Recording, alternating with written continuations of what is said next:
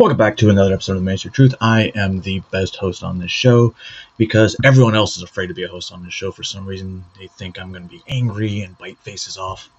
Hopefully y'all can hear me because I think I'm being kind of soft-voiced. Anyway, ladies and gentlemen, boys and girls, as I promised yesterday, we're going to go over the Kash Patel confirmation hearing. It's a long one. Here there's a lot of fireworks, a lot of back and forth, and Kash is a gangster.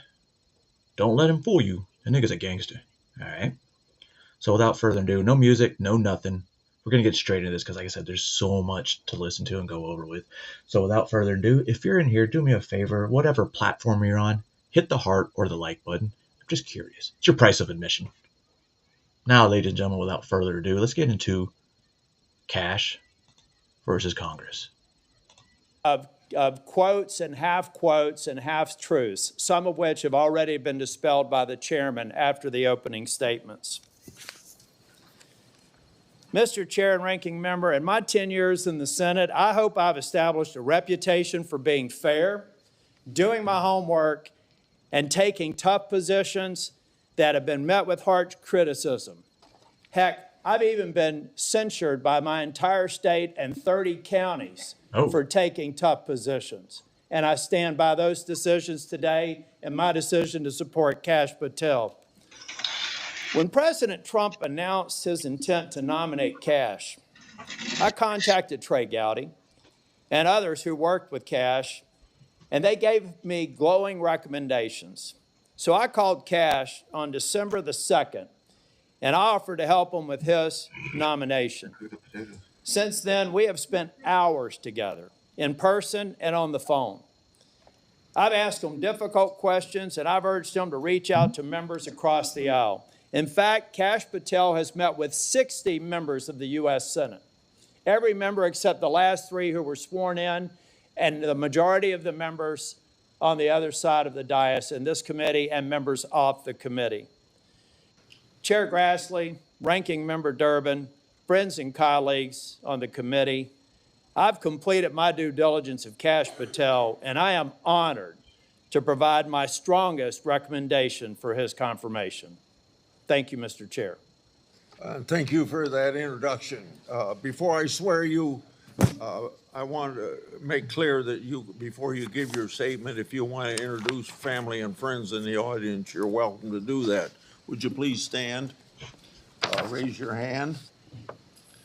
Do you swear or affirm that the testimony you're about to give to the committee will be the truth, the whole truth, and nothing but the truth, so help you God? I do, Mr. Chair. Okay. You may proceed. Proceed. Chairman Grassley, Ranking Member Durbin, and members of the Judiciary Committee, thank you for the opportunity to appear today. No, thank you. I must start with a word of prayer for the tragic accident that befell our nation last night, where we lost civilians and service members. I pray for their families. I pray for law enforcement and military personnel, and I pray for their souls, and hopefully God will find them peace in the near future. I'd like to welcome my father, Pramod, and my mother, Anjana, who are sitting here today. They traveled here to get here from India. What's up, Twomper? My sister's also here, Nisha. She also traversed the oceans just to be with me here today. It means the world that you guys are here. Jai Shri Krishna. Was that in Hindi? I wouldn't be here today without their guidance, their unwavering support, and their relentless love. When President Trump informed me of his intention to nominate me as the director of the FBI, I was deeply honored. Sitting here today, I carry not only the dreams of my parents, but also the hopes of millions of Americans who stand for justice, fairness, and the rule of law. My commitment to these principles is deeply rooted in my family's history, which has profoundly shaped my worldview. My father fled Idi Amin's genocidal dictatorship in Uganda, where 300,000 men, women, and children were killed based on their ethnicity, just because they happen to look like me. My mother is originally from Tanzania. She studied in India, as did my dad, and they were married there. Tanzania. They would later emigrate to New York, as the senator pointed out, where I was born. And we were raised in a household of my father's 7 siblings, their spouses, and at least half a dozen children. That's the only way we knew how to do things at the time, in the 70s and 80s, the Indian way. but we would soon learn the American way. These values have shaped and been the driving force of my career in 16 years of government service. Protecting the rights of the Constitution is of the utmost importance to me and has been every single time I've taken that oath of office. The recent terrorist attacks in New Orleans tragically claimed the lives of 14 innocent Americans and serve as a stark reminder that our national security is at threat, both internally and externally. The FBI, the Federal Bureau of Investigation, and the Department of Justice, where I served, play a pivotal role in securing our freedoms and our safeties for American citizens. If confirmed as the next FBI director, I will remain focused on the FBI's core mission. That is to investigate fully wherever there is a constitutional factual basis to do so, and to never make a prosecutorial decision that is solely the providence of the Department of Justice and the Attorney General. For the first 8 years after law school, I served as a public defender, first for Miami-Dade County and later for the Southern District of Florida. During that time, I represented some pretty awful human beings charged with some pretty heinous crimes. But what I learned there was the core value that has been enshrined in me since, that due process must be provided without bias to all Americans. And if we cannot provide due process to the worst, then there can be no due process for anyone. You mean and our noted? constitutional republic fails. But I battled on that hill for that due process. I would later serve in the Obama Justice Department as a terrorism prosecutor in the National Security Division, where we successfully contributed to the prosecutions of terrorist organizations like Al-Qaeda, Al-Shabaab, and others. I was honored to receive the 2017 Assistant Attorney General's Award from Loretta Lynch for my work in helping the Ugandans bring members of Al-Shabaab to justice for murdering 74 innocent people, including an American. Yep. I would also receive the Human Intelligence Award from the intelligence community for related work on that mission. My experiences at the National Security Division would later be followed by my experiences on the National Security Council as Senior Director for Counterterrorism, and later as the Deputy Director of National Intelligence, responsible for the production, creation, and promulgation of the Presidential Daily Briefing, our nation's most sensitive classified information and secrets to protect our country. My time in the White House was preceded by my time right here in Congress as a staffer on the House Intelligence Committee, where I spearheaded the investigation that exposed serious FISA, Foreign Intelligence Surveillance Act, abuses by members of the Department of Justice and the Federal Bureau of Investigation. That misconduct eroded the public trust in our FBI. The erosion of trust, as Chairman Grassley pointed out, is all too low today. 40% of Americans have trust in the FBI. In order to get it back, there's a twofold track, Senator. One, violent crime is exploding in this country, and we cannot afford them to allow it to run away. We must tackle violent crime. Just in 2023 alone, there was 100,000 rapes, 100,000 drug overdoses, and 17,000 homicides. The priority of the FBI, if I'm confirmed, will be to ensure that our communities are protected and safeguarded and our children have parks to play in and not needles to walk over. The way we do this, we let good cops be cops. We let law enforcement, and we provide them with the tools necessary and resources they need to get after violent crime. The second way we do this on equal track is aggressive constitutional oversight from Congress. The public trust can only be restored if there is full transparency, and I am committed to that full transparency. Members of Congress have unfortunately submitted hundreds of questions that have been unanswered by the FBI in recent times. That will not occur if I am confirmed. All appropriate requests for information will be responded to expeditiously and fully. Epstein. I'm committed to working alongside the dedicated men and women of the FBI. They are warriors of justice, and I will always have their backs because they have the backs of the American people. I look forward to answering your questions, and I want to take a moment to thank my family, my friends, people who traveled here, and my entire team that has made this day possible. God bless America, and I look forward to your questions. Oh, yeah.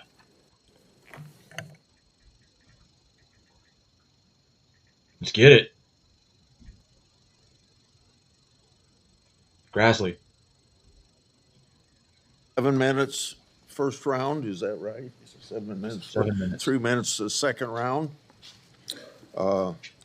Mr. Patel, Okay. I'm not going to go through all the things that you've done What? through your career because I said those in my opening statements, but Democrats on the committee say you don't have experience. What are you most what he proud of does. from your career in public service? Mr. Chairman, I appreciate the question. It's really humbling to be afforded the opportunity to have served this country for 16 years. But I think what I'm most proud of is my work in national security, protecting the no-fail mission, returning American hostages, killing high-value terrorists that brought hate and destruction to our shores. I've served that mission in Democratic and Republican administrations, and it is the one mission that we cannot fail, and it is the one mission where the FBI must play a critical role. Okay. As you well know, and you and I discussed this in my office, whistleblowers are critical to rooting out waste, fraud, and abuse. Their courage to come forward and make legally protected disclosures about government wrongdoing benefits the country. I think they're politically, they are good American citizens, just want the government to do what it's supposed to do. I think they're treated by bureaucracies, not just in the FBI, but throughout the bureaucracy, like skunks at a picnic. Will you protect whistleblowers from retaliation, unlike former Director Wray, and promote a culture at the FBI that values whistleblowers' important contributions? Absolutely, Mr. Chairman. I share in your beliefs about the importance of whistleblowers. So we've spent a lot of taxpayers' money What's Grassley think about ruining Snowden? whistleblowers. Will you commit to ensuring that no taxpayer money will be used to identify and retaliate against whistleblowers? Senator, if I'm confirmed, it will not. Okay. You and I have heard a lot of criticism about various statements about January 6th. You said, quote, "Those who broke actual laws should be prosecuted," end of quote. But you've also called out the partisan nature of prosecutions and compared how the Biden Justice Department treated January 6th defenders with how they ignored many other crimes. Those include crimes related to illegal immigration, as well as riots that took place around the country. So explain your position on January 6th to this committee, and how do you respond to critics who say that you're anti-law enforcement? Mr. Chairman, I greatly appreciate the question, the opportunity to Trying to discuss push that that. anti-law If anyone wants to bullshit. consider me as anti-law enforcement, then look at my 16 years in government service. Damn Whether I was right. trying 60 jury trials in state and federal court upholding the rights of the indigent and breathing life into constitutional due process, or later as a national security prosecutor, where I served this country and overseas. And later, when I was a Joint Special Operations Command civilian, embedded with SEAL Team 6 and Delta, chasing down shit. some of the most high-value target terrorists there are on this earth and successfully achieving a mission end state. I have always respected law enforcement. I have I've done taken that HVT oath and will targets take before. that oath again, God willing, to be the next Very director of the tense. FBI. As for January 6th, I have repeatedly, often, publicly, and privately said there can never be a tolerance for violence against law enforcement. And anyone that commits an act of violence against law enforcement must be investigated, prosecuted, and imprisoned. And on January 6th, I said the same thing about acts against law enforcement. The Capitol Police, who I have served with, and when I was Chief of Staff at the Department of Defense, rushing to the aid of the members of this committee and your colleagues to provide the National Guard, was my top mission priority, not politics. And that is my love of this country, to protect our laws and our way of life. And it was no different. If there's any ever corruption, I have been the first to call it out. And I will continue to call out corruption Oh, man, they in don't like government that. service, because it is a privilege to serve this nation. Thank you, Mr. Actually, Chairman. 100% is. Outside of this committee, and some people on this committee have accused you of promoting the QAnon movement. My colleagues have already asked your future boss, Mr. Bondi. So when it comes to QAnon, do you know who originally got the ball rolling on child sex trafficking and pedophilia in the mainstream for people start with paying attention? It was a Q drop. It was Q. Many questions about this. I think it's easy to see these attacks for what they are, guilt by association. Are you a follower or promoter of QAnon? No, Senator. In fact, I have publicly, including in the interviews provided to this committee, rejected outright QAnon baseless conspiracy theories or any other baseless conspiracy theories. They must be addressed head on with the truth, and I will continue to do that, and I will always I'm continue pretty sure later on he says the cabal. to support Americans who support law enforcement, our military, and want a secure border. Over the past 4 years, the FBI and Justice Department have weaponized law enforcement towards partisan ends. This has affected you personally. You, along with even members of my staff, were the victims of FBI overreach when they secretly subpoenaed your records during the investigation into Crossfire Hurricane. Inspector General Horowitz of Justice Department was right to say actions like this have a quote, unquote, chilling effect on whistleblowers. How do you intend to make sure that this kind of misconduct never happens again? Punish the people who retaliate. Senator, this may be one of the scenarios that most uniquely If you're a apply. whistleblower and anybody retaliates against you, they need to be arrested. Simple. Easy. Qualifies me to take command at the FBI.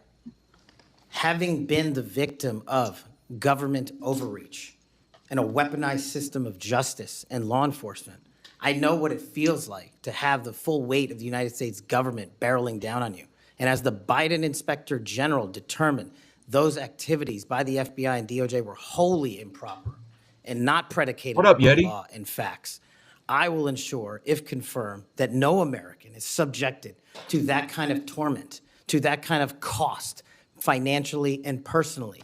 And most importantly, I will make sure that no American is subjected to death threats like I was, and subjected to moving their residences like I was, because of government overreach, because of leaks of information about my personal status. If confirmed as FBI Director, Mr. Chairman, you have my commitment that no one in this country will feel that pain. Senator Durbin. Thanks, Mr. Chairman. Mr. Patel, I woke up this morning to National Public Radio, Oh, and they state had corporate media. an item on there about what has happened to those who were given blanket clemency by President Trump.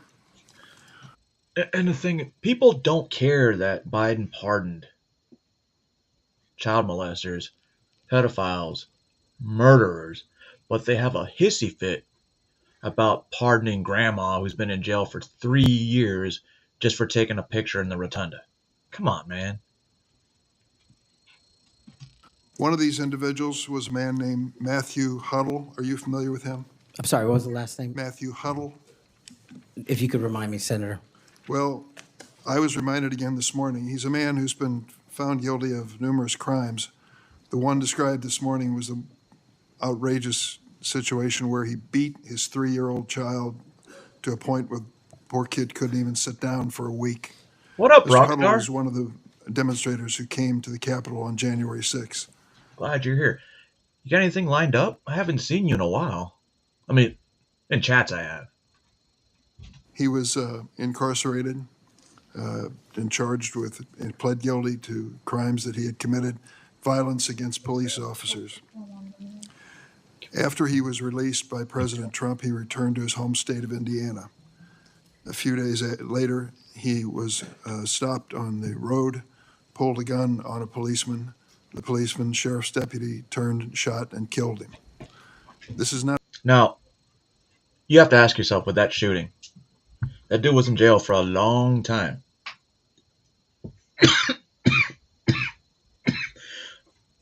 Do you think The dude was suffering from PTSD and depression because he's been in that jail, and he decided to pick suicide by cop. Not the only instance of a person who received President Trump's clemency committing another crime. Peter Schwartz was mentioned this morning on the radio. Everyone does that. 38 criminal convictions, 38. He'd been sentenced to 14 years in prison. He was released because of the president's unconditional clemency, which was given to him as well. So I guess my question is this. Was President Donald Trump wrong to give blanket clemency to the January 6th defendants? No. Thank you, Ranking Member. A couple of things on that. One, the power of the presidential pardon is just that, the president. Alignment, I concede he has the authority. I'm asking, was he wrong to do it? And as we discussed in our private meeting, Senator, I have always rejected any violence against law enforcement, and I have, including in that group, specifically addressed any violence against law enforcement on January 6th, and I do not agree with the commutation of any sentence of any individual who committed violence against law enforcement. Oh, I got you, So man. do you think that America is safer because these 1,600 people have been given an opportunity I feel you, to Rockstar. come out of serving Everyone needs a mental sentences break. and live in our communities again? Senator, I have not looked at all 1,600 individual cases. I have always advocated for imprisoning those that cause harm to our law enforcement and civilian communities. I focus also on music believe for a while. America is not safer because President Biden's commutation of a man who murdered 2 FBI agents, Agent Kohlers and Williams' family, deserve better than to have the man that point blank range fired a shotgun into their heads and murdered them released from prison. Holy so shit. it goes both ways. Leonard Pelletier was in prison for 45 years. He's 80 years old, and he was sentenced to home confinement. So he's not free, as you might That's have pretty just free. suggested. He killed 2 FBI agents. Yep. That's It's true, he unacceptable. did. With a shotgun. And he went to prison for it and should have. So My how did he- question to you, though, But it's okay that he was pardoned? Grassley? Not Grassley. Durbin? Go figure. Durbin's first name is Dick. is do you think America is safer because President Trump issued these pardons to 1,600 of these criminal defendants, Dude, many it's of whom only 1,600 violently people. assaulted our police in the Capitol? Senator, America will be safe when we don't have 200,000 drug overdoses in 2 years. America will be safe when we You're don't not have gonna answer the 50,000, que- 50 homicides in a So you day. just won't answer the question. I I'm am going to say, here. I don't think we're safer. Pardons have nothing to do with the FBI. So why are you even asking those questions? Cash is getting to the point. I just realized that. Same thing with Tulsi yesterday. Matthew Huddle was sent back to Indiana. I don't think we're safer with Peter Schwartz. I could go through a long list of individuals, some of who were wanted in states, members of this committee. Let me move to another topic if I can. Tell me about your J6 choir. What is that? Well, it's not my choir. Dude, that J6 choir that sang the national anthem. Dude. It's simply a recording that was utilized to raise funds for families in need of nonviolent offenders. Who sings on this recording? I don't know, Senator. I do. What did you have to do with it? Simply to raise funds to assist families. In case you don't know what they're talking about, guess what?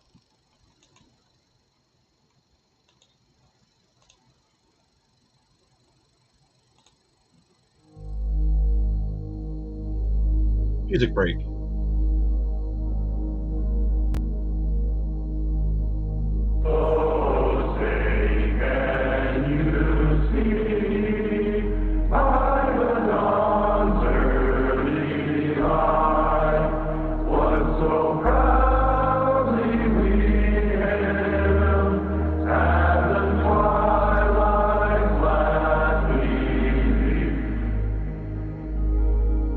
I pledge allegiance to the flag of the United States of America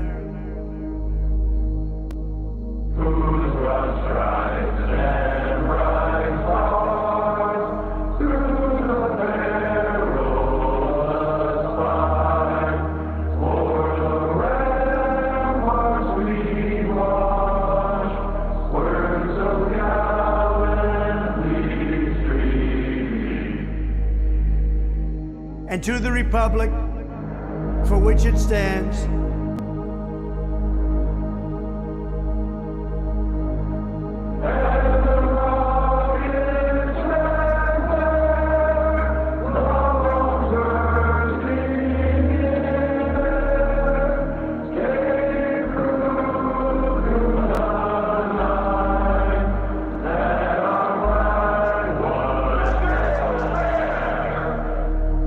one nation, under God,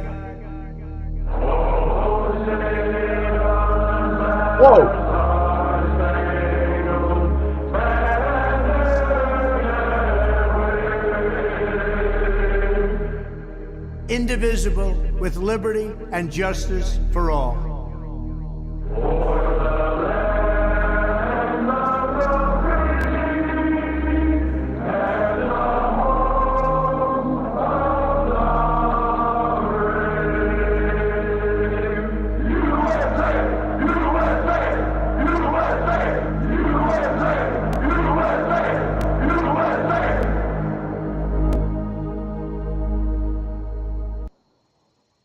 That's what Dick Durbin's complaining about. Why? Who cares? It's fucking patriotic. They're still Americans, Durbin. Not like the illegals that you want to keep in this fucking country. God damn it, the second tower again? Where's Donald Trump? Build another building. Families of nonviolent offenders whose kids needed college education payments and whose rent needed being paid. My understanding is that the performers on this J6 choir were the rioters who are in prison. I'm Protester. not aware of that, sir. I didn't have anything to do with the recording. You weren't aware of who made the recording? Who cares No, who's Senator. saying it? That's interesting. Did you receive any money for selling copies of that music or that recording? Absolutely not. Okay. You do have a foundation, though, do you not?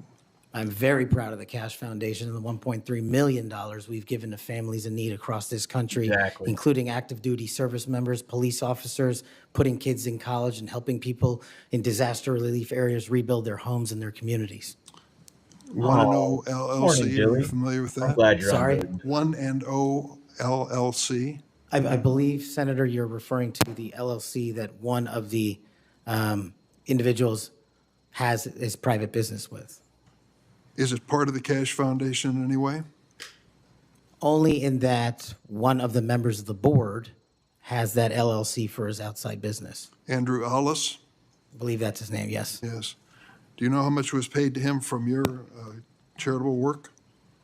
Yes, like any other charity, we had to go out and fundraise, something I'm sure every member of this committee is familiar with. And we use digital marketing campaigns. And I believe we paid a digital marketing company through 1&0 $250,000 to raise $500,000, which we gave away to families in need, like when hurricanes struck Florida, Shit. Texas, and North Carolina. We will be going through the details of your Yo, he doesn't foundation even and fucking expenditures. The money went to people that needed it, unlike FEMA, who gives you $350 fucking dollars while they house immigrants. And whatever, dude. Hey, Gitmo. Let you know, Gitmo is going to be open for 30,000 people coming up. So you violent offenders, woo-wee. With the questions for record that the chairman has mentioned, I look you'll forward have a to it. chance to answer those under oath. The dogs. Mr. Patel, you've frequently associated with and sometimes praised extremist figures with well-documented histories of racism, anti-Semitism, conspiracies, and the like.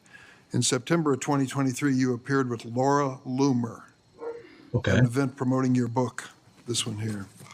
You shared a photo of yourself and Loomer in which you held her book and she held yours.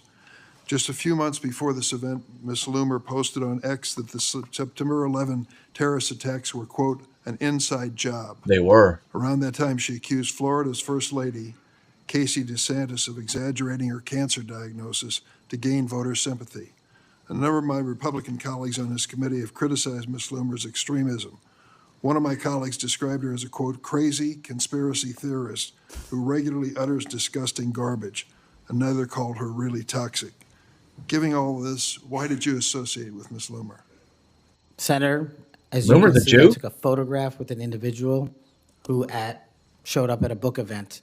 I don't believe I'm guilty by association, and I certainly don't believe that an individual who was the first minority to serve as the deputy director of national intelligence for this country is a racist in any way, and I detest any Ow! conjecture to the contrary. You Oh, familiar shit. with the Stu Peters? Does that name ring a bell? I'm sorry, what? Are you familiar with Mr. Stu Peters? Not off the top of my head. He made 8 separate appearances on his podcast. He promoted outrageous conspiracy theories and worked with a prominent neo-Nazi. There are more, Ted Nugent, it goes on, list goes on. I'm just asking, when it comes to your association with individuals, why are so many of them in this category? My association, as you loosely define it, is by appearing in media over 1,000 times to take on people who are putting on conspiratorial theories and to devour them of their false impressions and to talk to them about the truth. That is something that I will always continue to fight for, Senator. Senator I Gray. don't really pay attention to Loomer. She's not really on my radar. Thank you. We'll Kinda like eventually Alex talk Jones. about the FBI. Honestly, I That's didn't the know who job Alex you're up Jones here was for, right? until somebody said I sound like Alex Jones, you know. So I actually had to go figure out who he was. Have you ever been subject to And racism Joe Rogan. as an individual? But fortunately, Senator, yes. I don't want to get into those details with my family here. Oh, let's get into a few of them. Tell me about it. Well, if you look at the record from January 6th, where I testified before that committee, because Yeah. of my personal information being released by Congress, I was subjected to a direct and significant threat on my life. And I put that information in the record. I had to move. In that threat, Go ahead. I was called a detestable. All right. I don't know if it was an A or a hard R because they bleeped it out on the one I was watching, the clip. But it's coming up. And I've said this word before, but he's Indian. I wouldn't say it to him. I say it to the ragheads. I mean, And I'll apologize if I don't get it all right, but it's in the record, a detestable sand nigger who had no right being in this country. You should go back to where you came from. You belong with your terrorist home friends. That's what was sent to me. That's just a piece of it. But that's nothing compared to what the men and women in law enforcement face every day. And that's why they have my support. Okay. Growing up, were you subject to racism? Yes, sir. Okay. Now, I think the reason you're here trying to has say a he's lot to DEI. do with your work on Crossfire Hurricane. Are you familiar with that FBI operation? I am, Senator. So Senator Durbin mentioned the church report and the history of abuse, but he failed to mention Crossfire Hurricane. He failed to mention the Horowitz report. Wonder why? If you're waiting for these guys over here to figure that out, you're going to die waiting. So this is the Nunes memo. You work for Mr. Nunes over on the Sorry? House side? David Nunes? Sorry? Are you familiar with this memo by the Foreign Intelligence Service Act abuses at Yes. the Department of Justice? Absolutely. Did you help write this memo? I did as a staffer. Okay, I'm going to put this in the record. Thank you. In this memo, you kind of dissected the abuses of Crossfire Hurricane, right? I did, Senator. And the Mueller investigation. So the Crossfire Hurricane investigators, two of them were Strzok and Page. Are you familiar with them? I am, Senator. Okay, it was opened up on July the 31st, 2016. And here's what Strzok said. And damn, this feels momentous because this matters. The other one did too, but that was to ensure we didn't F something up. This matters because this matters. So super glad don't to even be know on what this that voyage is. with you. That's to Page. And Page responds a couple of months later, he's not ever going to be President right, talking about Trump. Strzok, no, he won't. We'll stop it. Is it fair to say that the people in charge of investigating Crossfire Hurricane hated Trump's guts? Well, you don't have to take my word for it. That statement, along with the statements from the sources Are during that those days operations- over in the FBI, you hope? Well, if they're not, they will be. Okay, good. You Yeah. know who Carter Page was? I do, That name Senator. sounds Do familiar. you know that the FBI secured warrants against him on 4 different occasions? Yes, Senator. Do you know that the information that they relied upon came from the Steele dossier? I do. Was it you that were able to find out that the Steele dossier was a bunch of crap? Oh, Yes, Senator, we followed Oh. the money and we exposed the fraud that was the Steele dossier. And the primary subsource was oh, he's looking right at Grassley too. Ignor Danchenko, right? That's correct, Senator. And he was actually a Russian analyst. That's right. Are you aware that in January he told the FBI that, let's see, what did he tell the That was it? FBI? Still had no proof to support the statements, then it was just talk. The primary subsource explained to the FBI that his information came from word of mouth and hearsay, conversations he had with friends over beers, and some of the information were statements he heard made in jest. And he told the FBI this in January That's of right. 2017. And they got 2 more warrants after that. That's correct. Are you aware that the FBI had volumes of information that the Steele dossier was a bunch of bullshit and nobody ever told anybody at the top? I am, sir. We exposed Or them. they lied about being told? That's correct. So are you aware of the fact that the FISA court rebuked the FBI?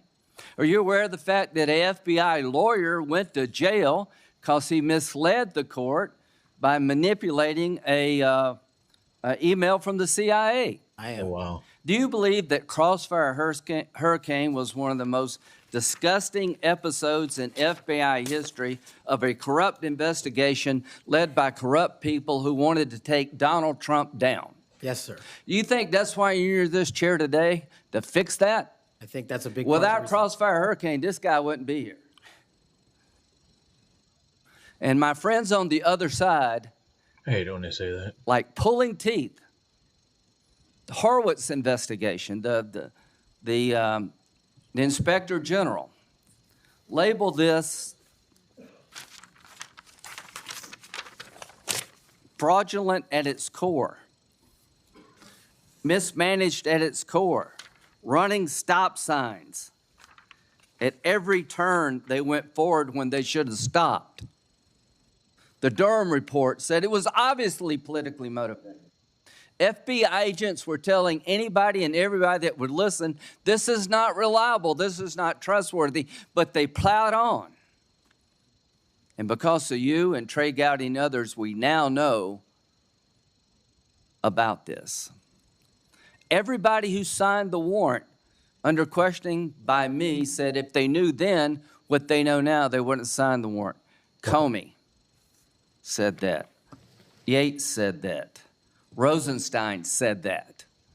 The Why? reason you're here is because most of the public, almost every Republican believes that the FBI has been used continuously in a political fashion, ignoring evidence, making up evidence, lying to get Donald Trump. And when it came to the Hunter Biden laptop, they told every social media outlet in October 2020, oh, that's Russian disinformation. That was BS too. Yeah. Right before the election, the Facebook FBI chat that. intervened to shut reporting on the Hunter laptop down as being Russian misinformation, according to Zuckerberg. Do you promise all of us those days are over at the FBI? Yes, Senator, they are. Are you proud of what you did to find all that? Absolutely. Do you think that's why you're here today, is to make sure that never happens again? The American people deserve just that. Thank you. Senator Whitehouse. Thanks, Chairman. Welcome, Mr. Patel. I remember January 6th. Me too. Colleagues running through our halls to flee the mob, colleagues shouting that rioters should be shot, us returning to our constitutional business through hallways cleared for us by automatic weapons carrying SWAT teams. None of you, none of us, said those violent rioters should be pardoned.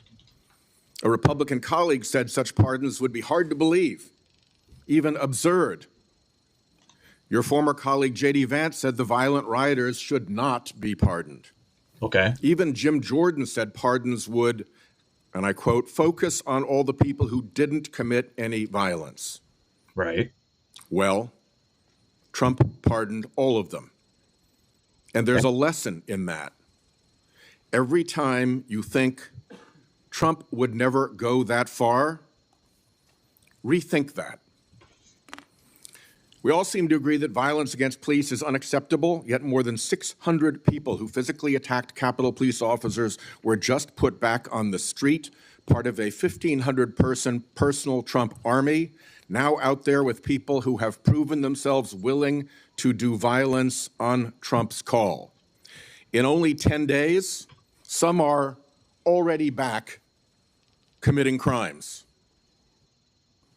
We've also tried as a committee, together, to address the dangers of illicit drug sales over the internet, and I assume we're all against murder for hire.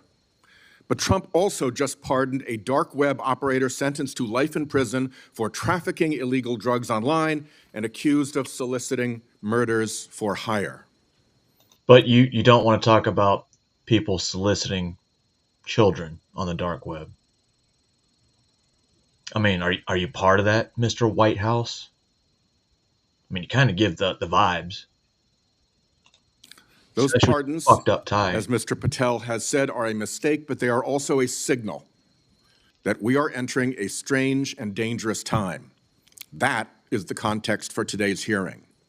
Warnings that the FBI could become Trump's enforcer, use the powers of law enforcement to stifle speech and dissent, That punish sounds political familiar. rivals of either party, That sounds familiar. and hand out free passes, get out of jail free cards to violent supporters are warnings. That also sounds very familiar. But you know what? It's politics.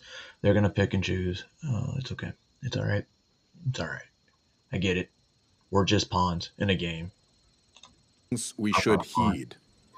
Here are some warnings of this nominee's Trump administration colleagues. Okay? Former Attorney General Bill Barr said, Yeah, I trust this nominee has virtually no experience that would qualify him to serve at the highest level of the world's preeminent law enforcement agency, end quote. And we would never be able to command the respect necessary to run the day-to-day operations of the Bureau. That's for the deputy position. Former CIA Director Gina Haspel was reported threatening to resign rather than have this nominee serve under her. John Bolton, Trump's former national security advisor, said, I didn't think he was qualified. Yo, if you listen to all the names he's talking about, those are all the ones that turned against Trump. Every single one of them. Of course, they're going to have something negative to say. I was forced to hire him. Why don't you ask all the Trump's deputy People that work national for him. security advisor, the nominee's former supervisor, said, his ideas are ludicrous. Jilly? How are you hydrating with a Gatorade, knowing it probably has red or yellow dye? I'm so disappointed in you as I drink my He's energy drink. absolutely unqualified for this job. He's untrustworthy. And it's an absolute disgrace to even consider an individual of this nature. That's from Republican appointees who worked with Don't call my name. him. And here's what this nominee himself has said about using his office to prosecute journalists. We will go out and find the conspirators, not just in government, but in the media. We're gonna come after you, whether it's criminally or civilly. Is that a correct quotation, Mr. Patel? Senator, that's a partial quotation, But it's correct. in part. There you go. Regarding his publication of his enemies list, Mr. Patel proclaimed, the manhunt starts tomorrow, Okay. and reposted a video depicting him taking a chainsaw to his political enemies. Oh, yeah? Is that you, Kash Patel, reposting that at the top of see it. that page? Let me see it. Senator, I had nothing to do with the creation of that Is that meme, you reposting it was my question. and that's me at the top. But it's not You him in said the picture. FBI agents were responsible for the violence on January 6th, and I quote you here, beyond a reasonable doubt. Is that what you said? That's completely incorrect, and I appreciate the opportunity to address that. I'll give you an opportunity in writing, but this is Oh, my of course. time now.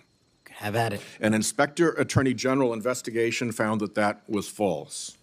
And you said we should impeach judges who rule against Donald Trump, who are, in your words, political terrorists.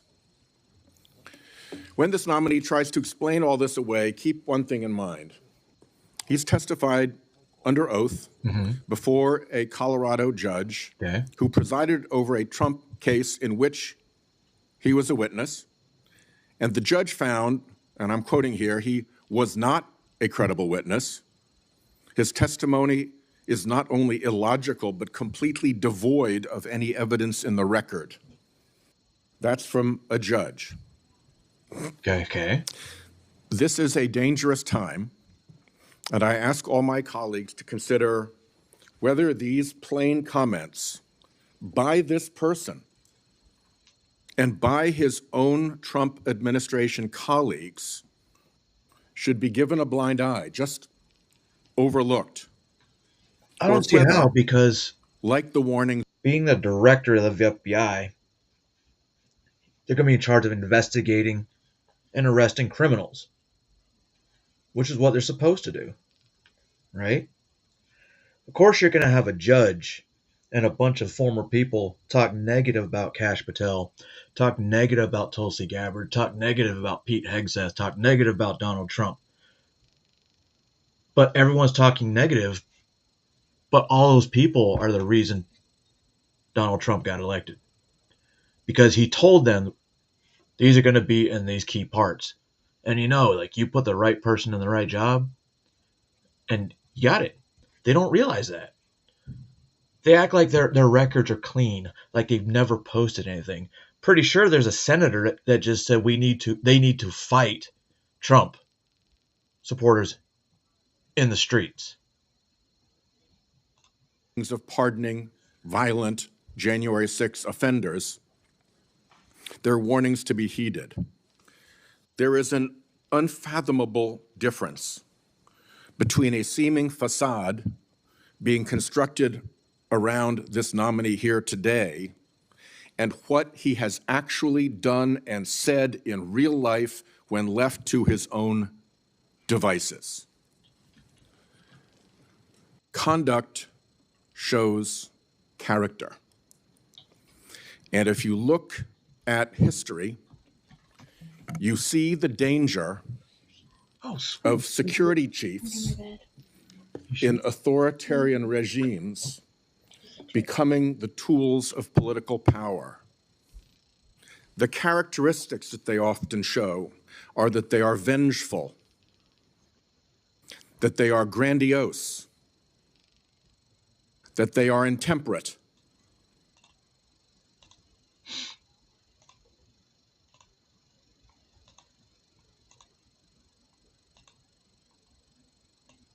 Hakeem Jeffries. We are going to fight it legislatively. We are going to fight it in the courts. And we're going to fight it in the streets. We are going to fight it legislatively. We are going to fight it All right, long in the we're fighting courts. in the streets. And we're going to fight it in the streets. We are going to fight it. That they are partisan and blindly loyal, and that they are servile and won't say no. I'm afraid that the history of this nominee's conduct raises those warnings. And I yield my 1 second back. Exposed Hurricane Crossfire. He's going to be put in charge of the FBI where there's tons of evidence that could put a lot of these people that are against him in jail or seriously discredit everything they've ever done. And we know this. It's not a hidden secret. Oh, what the fuck? Senator Cornyn, you said you'd like to explain something. I forget the point he made. You can do that now if you want to. Simply this, Senator. In the collective, all of those statements are taken out of grotesque context. And anyone that thinks my 16 years of service isn't exemplary on how I would proceed if confirmed as FBI is intentionally putting false information into the public ether and creating more public discourse. Yep. The only thing that will matter if I'm confirmed as a director of the FBI is a de-weaponized, depoliticized system of law enforcement completely devoted to rigorous obedience of the Constitution and a singular standard of justice. Yo, he's throwing alpha Before I energy. call on Senator Cornyn, I'd like to say that What's going on, Juniper? we've heard about the January 6th pardons. I think it's important that we remind people at the same time of some pardons by the previous The administration. FBI doesn't pardon people. Thomas Sanders, a kidnapper who murdered a 12-year-old girl named Lexus and her mother, Swell and Roberts. Adrian Peeler, a Connecticut drug kingpin who was convicted in the death of an 8-year-old boy and his mother. Leonard Peltier, that's already been referred to, that murdered two FBI agents. And even Director Wray, at that time, former Director Wray, said that that shouldn't have happened. And Judge Michael Conahan, who took kickbacks for wrongly sending juveniles for profit detention centers, and Alex Saab, who laundered illicit proceeds for narcotics terrorist Nicolas Maduro, and was a key connection between Venezuela and Iran, and 5 family members of his own family. President Biden did that. Senator. So child murderers are okay, but people walking in the Capitol aren't. Got it. Welcome, Mr. Patel. Do you believe America is an exceptional nation? The Absolutely. greatest nation. Your family went through a lot to get here, So did Sure mine. did. and your life story is, I think, a great example of people pursuing the American dream. Do you believe a large part of what makes America an exceptional nation is the rule of law? It is one of the fundamental precepts that determines that. And why is that? Because without a singular application of a rule of law, we go back to the Uganda that my father fled in Idi Amin. Oh, shit. I believe that the two most important institutions in America to preserve and protect and enforce the rule of law are the FBI and the Department of Justice. And the sort of politicalization that Senator Graham and others have already talked about during the Crossfire Hurricane investigation or project of James Comey at the FBI, and the abuse of intelligence tools like Title I of Section 702 Yep. are a betrayal of American values and adherence to the rule of law. And I think your biggest task is going to be, along with Pam Bondi at the Office of the Attorney General, is to restore the rule of law to the Department of Justice and the FBI. Are you willing to do that Absolutely, Senator. without regard to partisan affiliation or politics? Absolutely.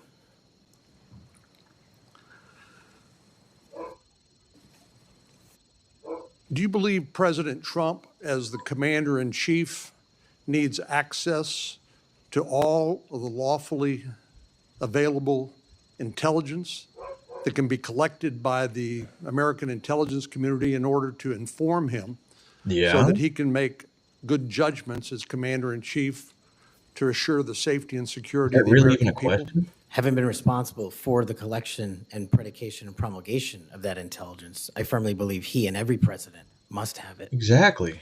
And so you would not support any impractical or perhaps immaterial or unworkable ways to inhibit the flow of that information to President Trump?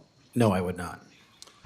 So let me just ask you, you and I have talked about this a number of times, and this has come up before in a number of different contexts.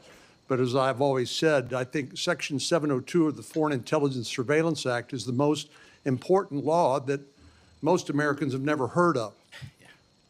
But when I was questioning my fellow Texan, John Ratcliffe, who now has been confirmed as the director of the CIA, about this, we talked about some of the reforms that have been made to Section 702 over the years. This has been an ongoing conversation here in Congress. People like my colleague here, Senator Lee, and others have proposed reforms, which I think have gone a long way to help protect the privacy rights of American citizens. But let me just point out some of the improvements that have been made over the years. This is not the same 702 that was in effect during President Trump's first terms. These are a number of things that we did together on a bipartisan basis to make sure that the balance between the national security interests of the American people and the privacy and constitutional rights of American citizens were protected. Do you agree with that? Yes, Senator, I do. And I think Senator Tillis, with his typical outstanding graphics, has a wonderful handout which lays all of that out. But one of the things that's come up, and we've discussed this, is the idea that in order to query lawfully collected intelligence under Section 702, that somehow if a U.S. person's name is involved, that a warrant would be required. Now, you're a lawyer who's represented defendants in, as a public defender.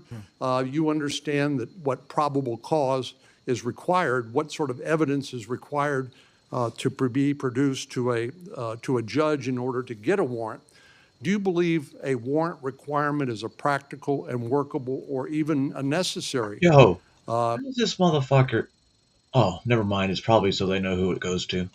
Element I of thought he was trying to say it was his 702. quote. If I may just give some context on that, Senator.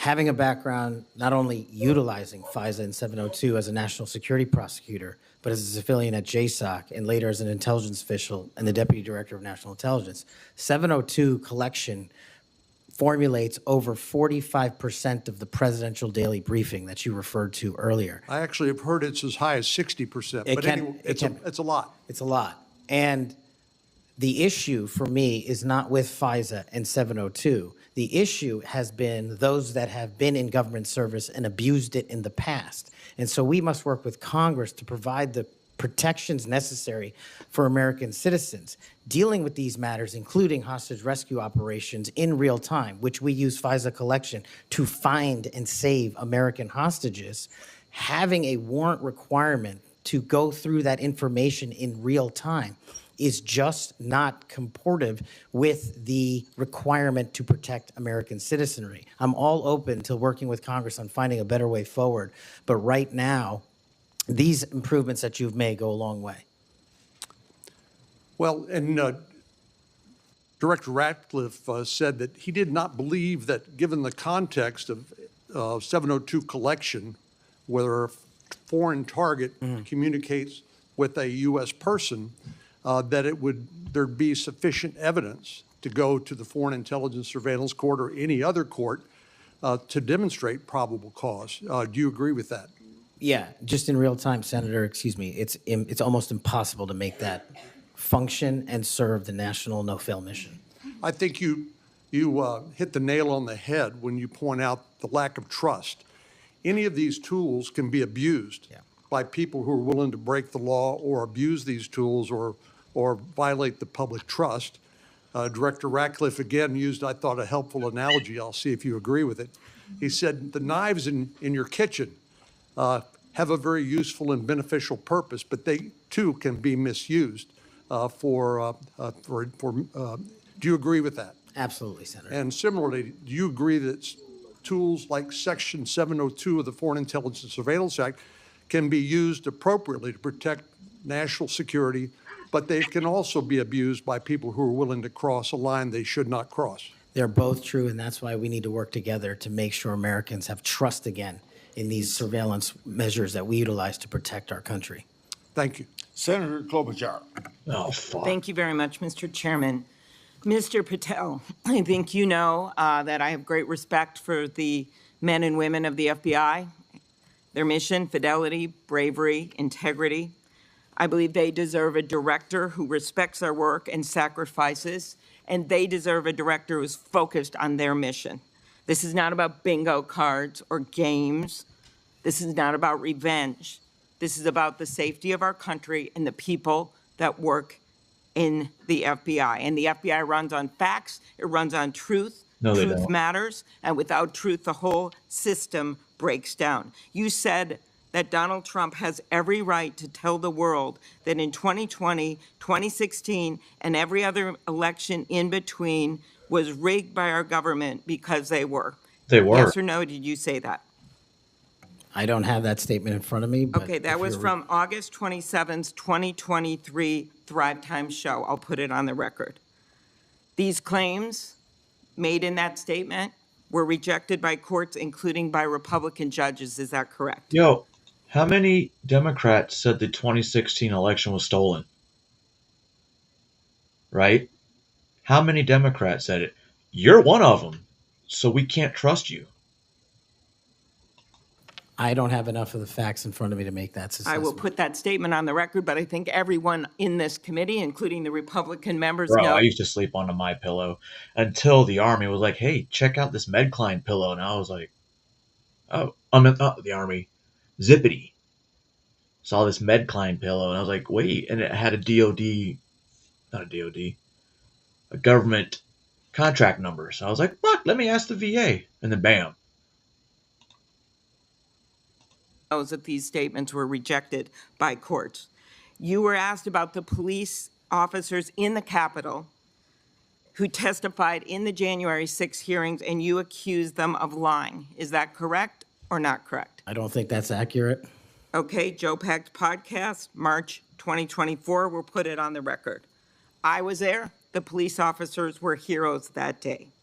Yes. What's up, Did community you cardio? post on your personal social media account in May of 2024, January 6th, never an insurrection, cowards in uniforms exposed. They broke the chain of command. I believe you're referencing a post that was shown in part earlier. I don't have it in front of me. You posted it, and it was on your account, and we will again put that out there once more as we go on. I don't want to lose any more time on this, but every one of these, there's a record of it, and you haven't answered. You promoted a COVID vaccine reversal or detox supplement. One scientist said, I quote, "None of these substances in any form would minimize side effects from a COVID-19 vaccine." That is preying on innocent people. Did you perform clinical trials before you made that claim? Did the government? I'm not a doctor, so no. But you did promote this supplement and told people that it would reverse or mitigate the side effects I from sent you the link, COVID Julie. vaccine. Did I give people an opportunity to make an independent choice for what's best for their families? Yes. You did that last year, correct? I don't have it in front of me again, Senator. Mr. Patel, the FBI tackles some of the most complex threats that we face: terrorists, hostile foreign powers. You know, it's funny you're saying that because every time a major incident happens, the FBI is like, "Oh yeah, they were on our radar." Well, then what'd you do about it? Violent gangs, fentanyl, criminal organizations. Your mission, though, has been to go after people. I've looked at it. I've read this stuff. Yes or no? When Trump wins, did you say this? When Trump wins in 2024 and is in power in 2025, we can prosecute them, referring to Justice Department officials for an actual RICO statute violation, for criminally organizing the United States government to break the law to rig presidential elections. Did you say that? If Yes or no? that's true. Again, Senator, there's you're reading evidence. a partial statement, so I'm unable to fully respond. Okay, again, we'll put it on the record. X-22 Motherfuckers are being convicted now of ballot stuffing. report podcast 20, that is from, I'll get you the date, about a year ago. One of the names on your list was Bill Barr. Chairman Grassley has called him one of Think the about most capable. the 2020 election. It took a while before you found out the actual results. Every other election that I can remember in U.S. history, we knew the same day. We knew the same day. So if that's not fishy, cabinet officials I've ever been able to vote for. Senator Graham has said, I have nothing but total respect and admiration for the job done by William Barr as Attorney General of the United States. Is Bill Barr on your list of whatever you want to call them, been referred to as an enemies list? You've called them deep state after serving his country as the Attorney General of the United States. Is he on your just because he serves the Attorney General doesn't mean he wasn't a part of the deep state. Klobuchar, card-carrying member. list because of a personal vendetta? Well, it's not whatever we want to call it, Senator. With all due respect, it's not an enemies list. That is a total mischaracterization. I asked you, And- I actually used the words you used for the list, which was deep state, right? That's what you put at the top. It is a glossary Against in the the Attorney back. General of the United States. Is it because of a personal vendetta that he's on the list? You're under oath. I have no personal vendetta against Bill Okay, Barr. he said about you, You- you you would see that, never be Pat? able to Oh, yeah, you're under oath. command the respect necessary to run the day-to-day operations of the Bureau. That was actually in writing in his book. He had virtually, about you, no experience that would qualify you to serve at the highest level of the world's preeminent law enforcement agency, and that your appointment, as noted by Senator Durbin as Deputy Director to the FBI, would happen over his dead body. Is it, yes or no, why you would So is Durbin gonna, once this confirmed, is he gonna get, put him on the list of deep state as a former Attorney General, Trump Attorney General of the United States, because he wouldn't break the law for Donald Trump? Is that why? Absolutely not. As you know, he repeatedly told the president in no uncertain terms that he did not see evidence of fraud that would have affected the outcome of the election. Did you say in February of 2021 that the election stuff was never my job and I stayed out of that stuff? Again, I don't know what comment you're referring to, but I'm sure you're reading a piece of something. You said it on Pushback on a podcast. Is it true, though, that in December of 2020, you reached out to you the notice Trump everything else she said she wanted to submit it to evidence, but everything she's saying now, she's not submitting evidence. acting Deputy Attorney General and asked him to investigate a conspiracy theory claiming that people in Italy had used military technology and satellites to remotely tamper with voting machines in the U.S. and switch votes for Trump from Trump to Biden? Is that true? What was the date? That was out of December of 2020. I was Chief of Staff to the Department of Defense, so I don't believe that's accurate in any way. That came out of testimony before Congress. I will give it to you. Oh, testimony. Whose testimony? People don't lie in front of Congress? Dr. Fauci? Have you referred to the media as the most powerful enemy of the United States that they have ever seen? Is that right? Again, you're reading a quote. I take that Speech you're to reading it accurately. CPAC 22324. You said we're going to come after the people in the media who lied about American citizens who helped Joe Biden rig the elections. We're going to come after you whether it's criminally or civilly. Is that something you said? That's a partial statement of what I said. Steve Oh, he Bannon's knows. podcast. You also said you would put the entire fake news mafia press corps on your list. Is that correct? Is that what you said? I don't have that in front of me. Benny Johnson's podcast, 82123. You have said that the FBI, including today, you said that they remain utterly corrupt. This is an agency do. with agents who have taken down terrorists, taken down bank robbers, taken down crime. But not. So we're just going to completely forget, their failures for these school shootings, these assassination attempts, because, they were on the radar. The FBI already knew. Sometimes years. Are we going to forget about those? And you wrote that the FBI has become so thoroughly compromised that it will remain a threat to the people unless drastic measures are taken. Do you know that under Chris Wray's leadership, he took over at a very difficult time, we all know that, appointed by President Trump, that during his tenure, the applications to the FBI has in fact tripled? Do you think people would be applying to that agency like in those numbers if they thought it was so corrupt? The American public's trust in it is at 40%. That's an all-time low. Did you say that the FBI headquarters should be shut down and reopened as a museum of the deep state?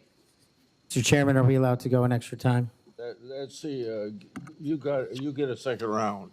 Before I call on Senator Lee. Could he just answer the question if he said that the FBI headquarters, where they investigate cybercrime and terrorism, Mr. should Chair. be shut down and opened as a deep state? Hey, Mr. Chair. As a museum? Did he say that the headquarters should be shut down? Mr. Chair. I deserve an answer to that question. I He guess is it's- asking to be head of the FBI, and he said that their headquarters should be shut down. Mr. Chair, parliamentary inquiry. You got anything you why do you want to think say, she should say Mr. that? Patel, before I go on to Senator?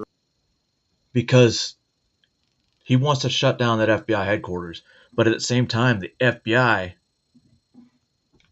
is already getting a new, or has been in the plans to get a new building. So the J. Edgar Hoover building would be obsolete. So technically, yes, he could.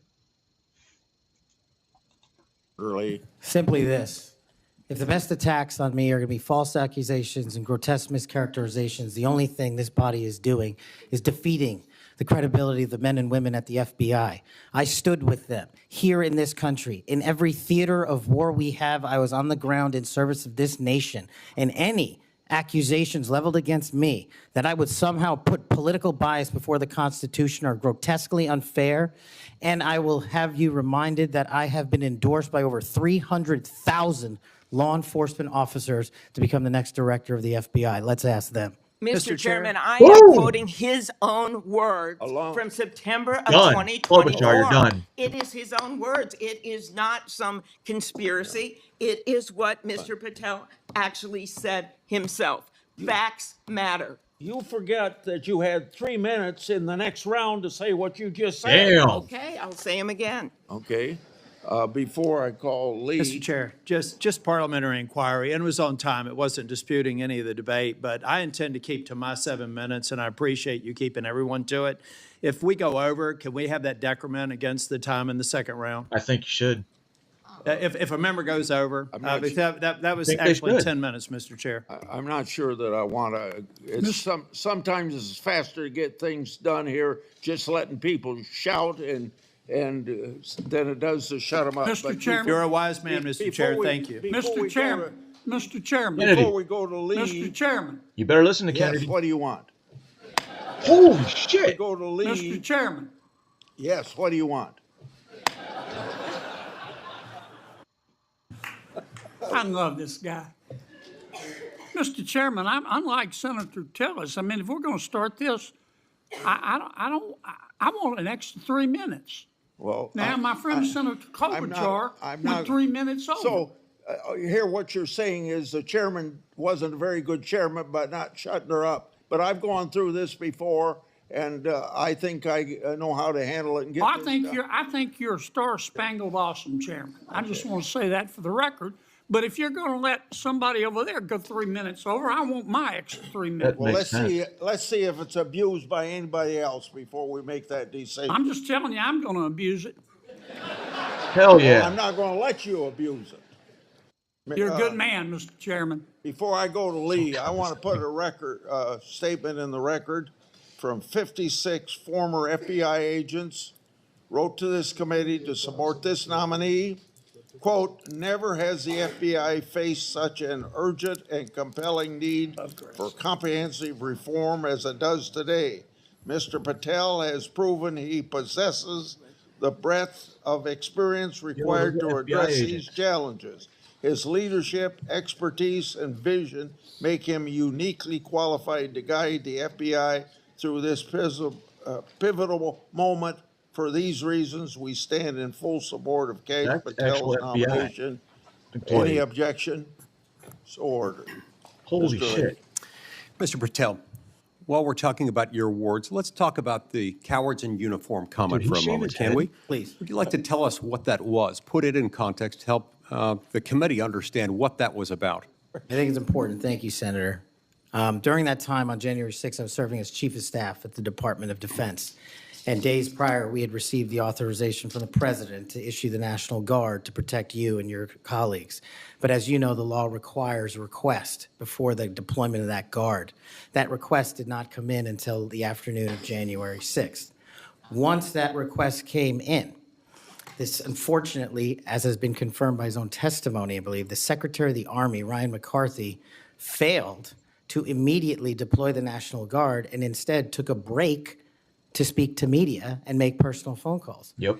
That endangered the safety of you and your colleagues. And if you look at the Biden Inspector General report, we at the Department of Defense authorized the fastest cold start of the National Guard since World War II and the largest occupation since the American Civil War. And the Biden Justice Department said that we, including myself, as Chief of Staff, when it came to the deployment and employment of the National Guard, acted swiftly and without undue delay. So that's what you were talking about.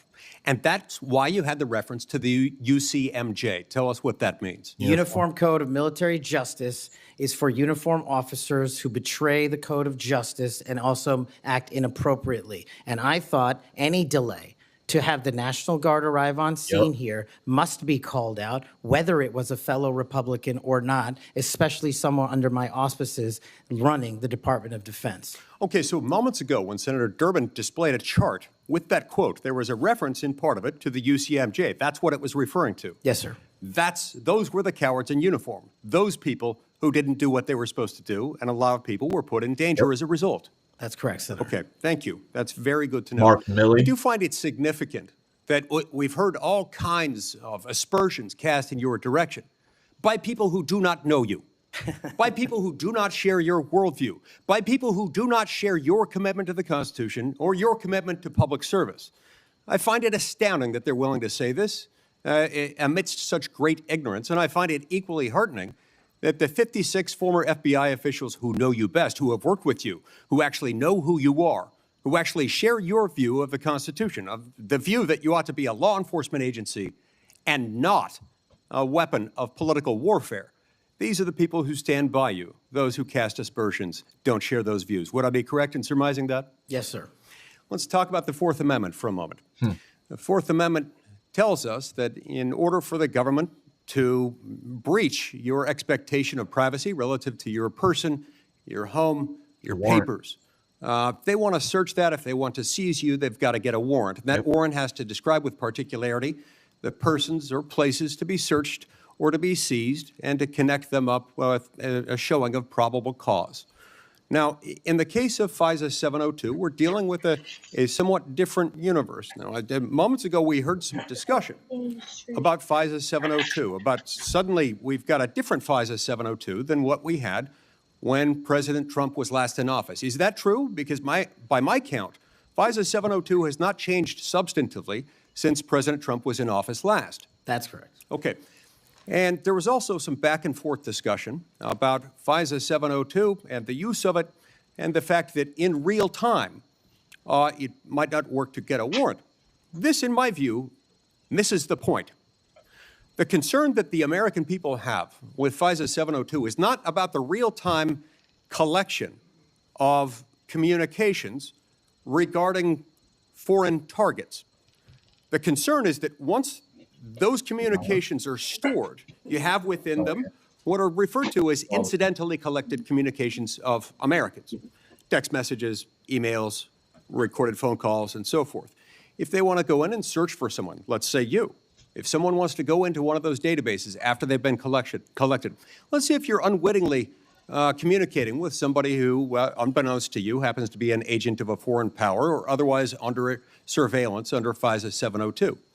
If they wanted to search for you, they wanted to enter your name, your phone number, your email address, or some other personal electronic identifier, would they have to get a warrant to do that under current law?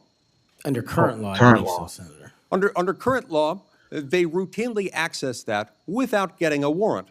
In order to access it, they've got their own internal procedures They're not supposed to use this for light or transient reasons. They're supposed to have a perfectly good reason, and yet we found that on hundreds of thousands of occasions, they have accessed the private communications of Americans, searching for those individual Americans by name, by number, by email address, whatever it is, without a warrant or anything tantamount to it.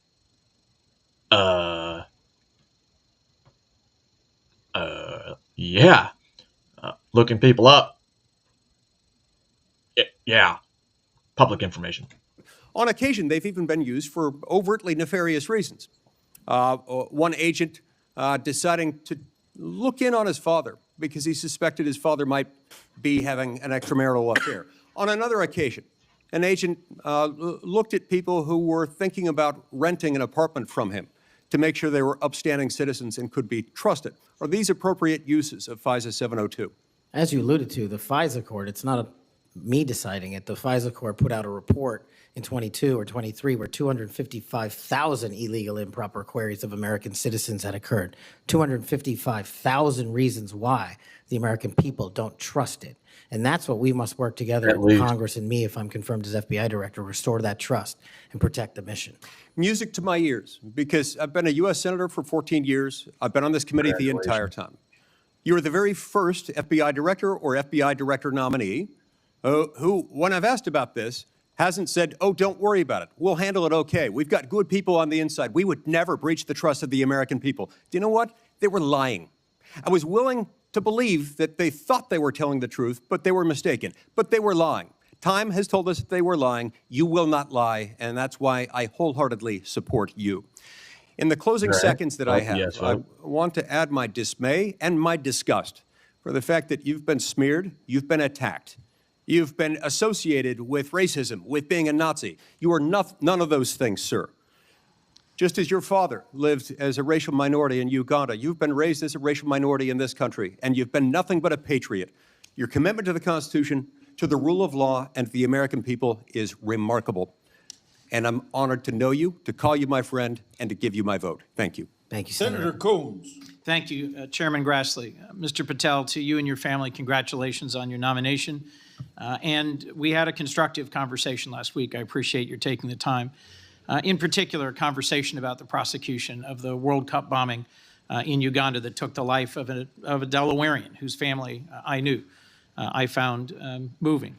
But the role you've been nominated for is central to our security as a nation, central to the protection of our constitutional rights. And I voted to confirm Trump's previous FBI director, Chris Wray.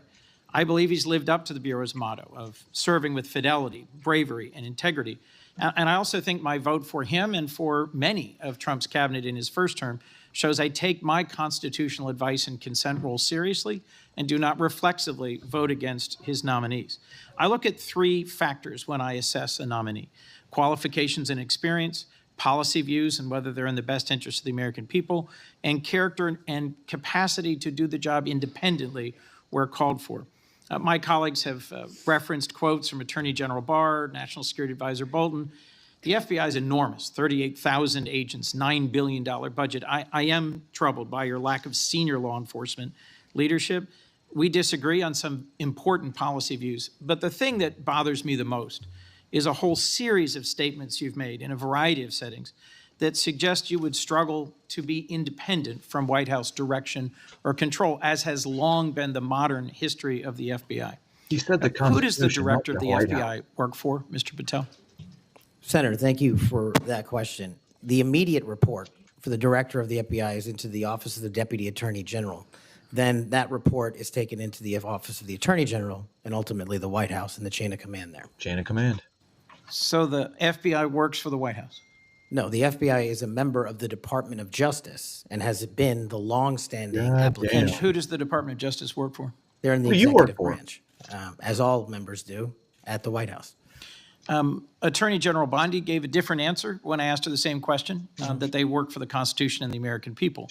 President Trump's made clear in public statements he wants to use the FBI to persecute political adversaries.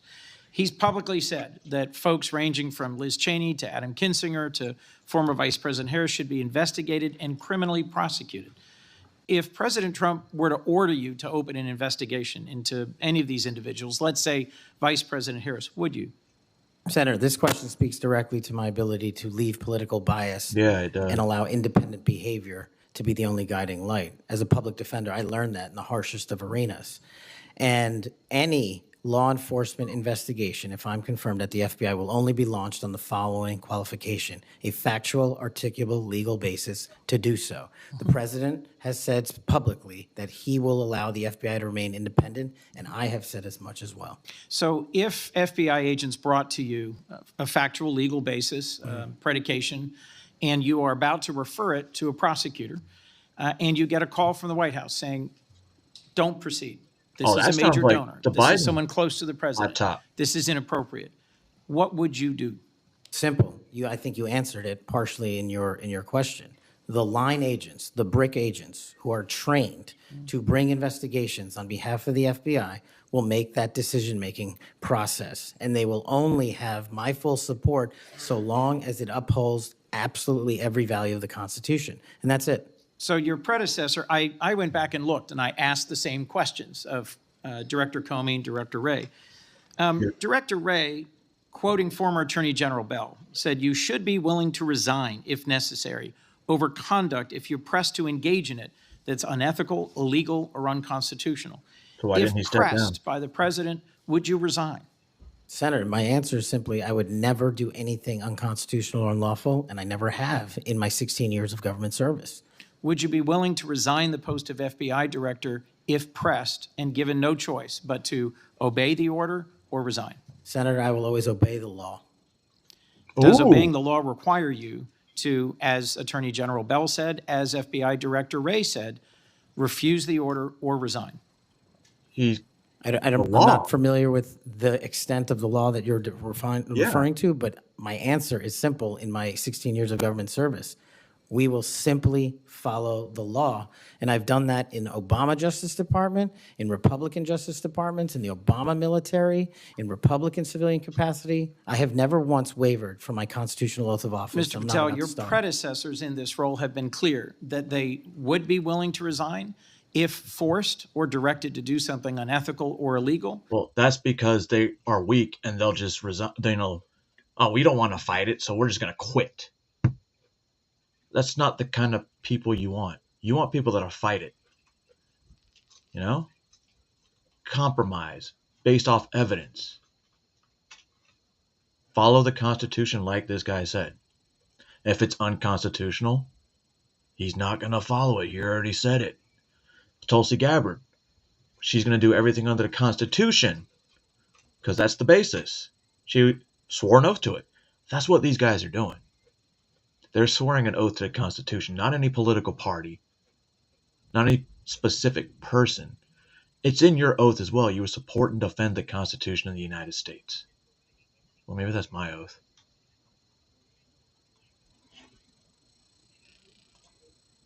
I'll proceed. One of your past statements that's concerned me, it's both a post on Truth Social and something you said in a podcast, the Sean Morgan report, that your predecessor, Chris Wray, has broken the law. We need to prosecute him. The FBI should go after people like him. And the month before this, in July 2023, you said there should be a criminal referral for FBI Director Wray. If confirmed, are you going to follow through on these previous statements that Director Wray needs to be prosecuted? Senator, this reminds me of the conversation you and I had, which I greatly appreciated.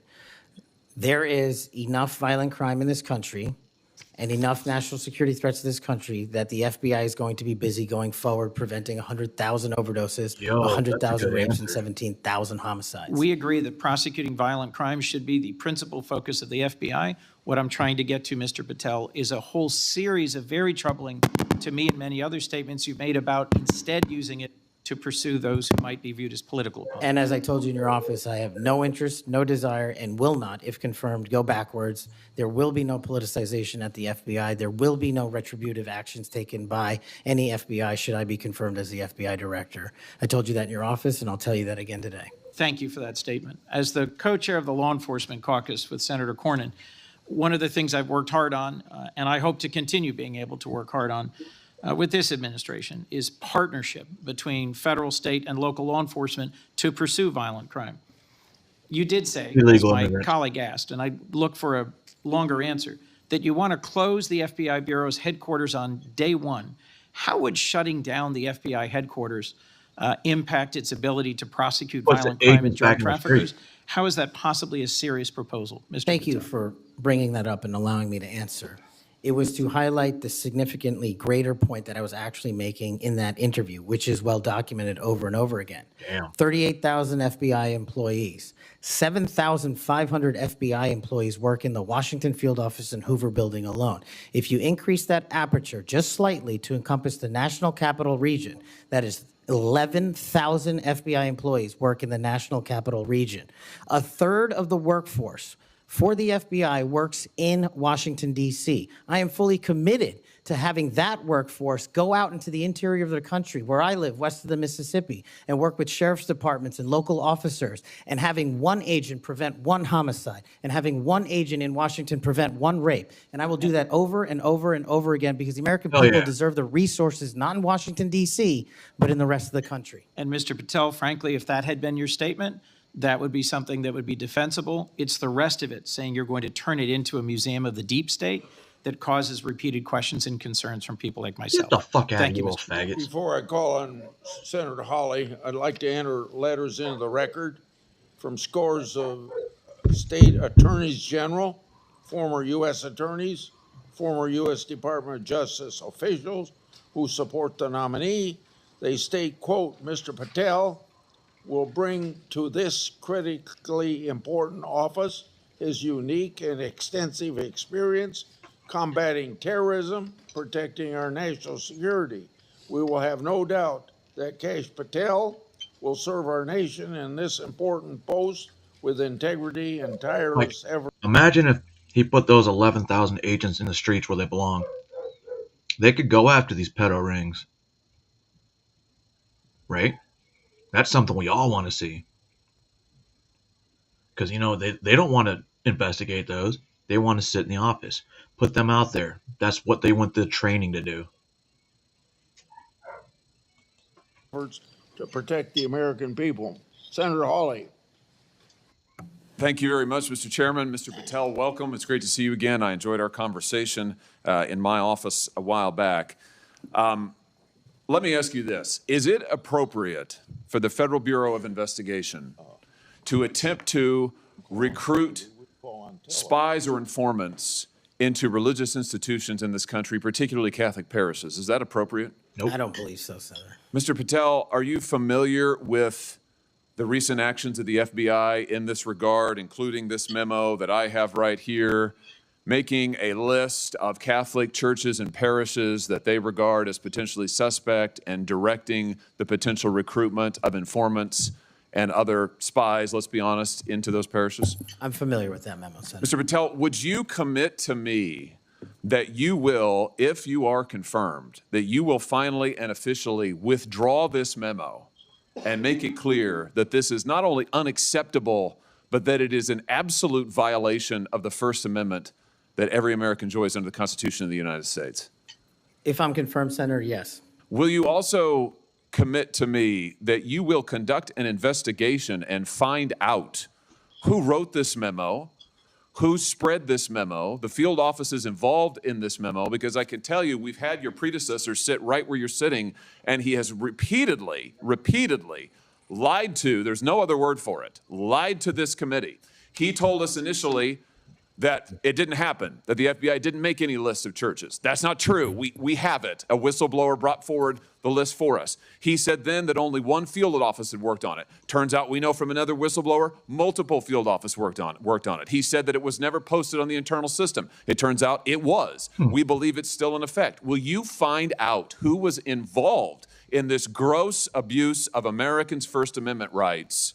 And will you discipline them? And if you possibly can, will you fire them, Mr. Patel, consistent with department policy and law. Senator, you have my commitment to investigate any matters such as this one that are important to Congress. I will fully utilize, if confirmed, the investigative powers of the FBI to give you the information you require and also to hold those accountable who violated the sacred trust placed in them at the FBI. I'm glad to hear you say that, and I'm glad you use the word sacred trust, because that's exactly what it is. The FBI is the most powerful law enforcement body in this nation, arguably the most powerful law enforcement body, at least in a free nation in the world. And to have this body corrupted politically such that it is targeting people of faith in this country and then lying about it to this committee and the American people is unimaginable. I'll be honest with you, I never thought this would happen in the United States of America. I just didn't. If you had told me 5 years ago we'd be reading memos like this, I would have said, no way, that's bad fiction. In fact, it's a horrible reality. The department needs to be cleaned up, the agency does, and rights restored and protected. I'm glad to hear you say that. Let me ask you this.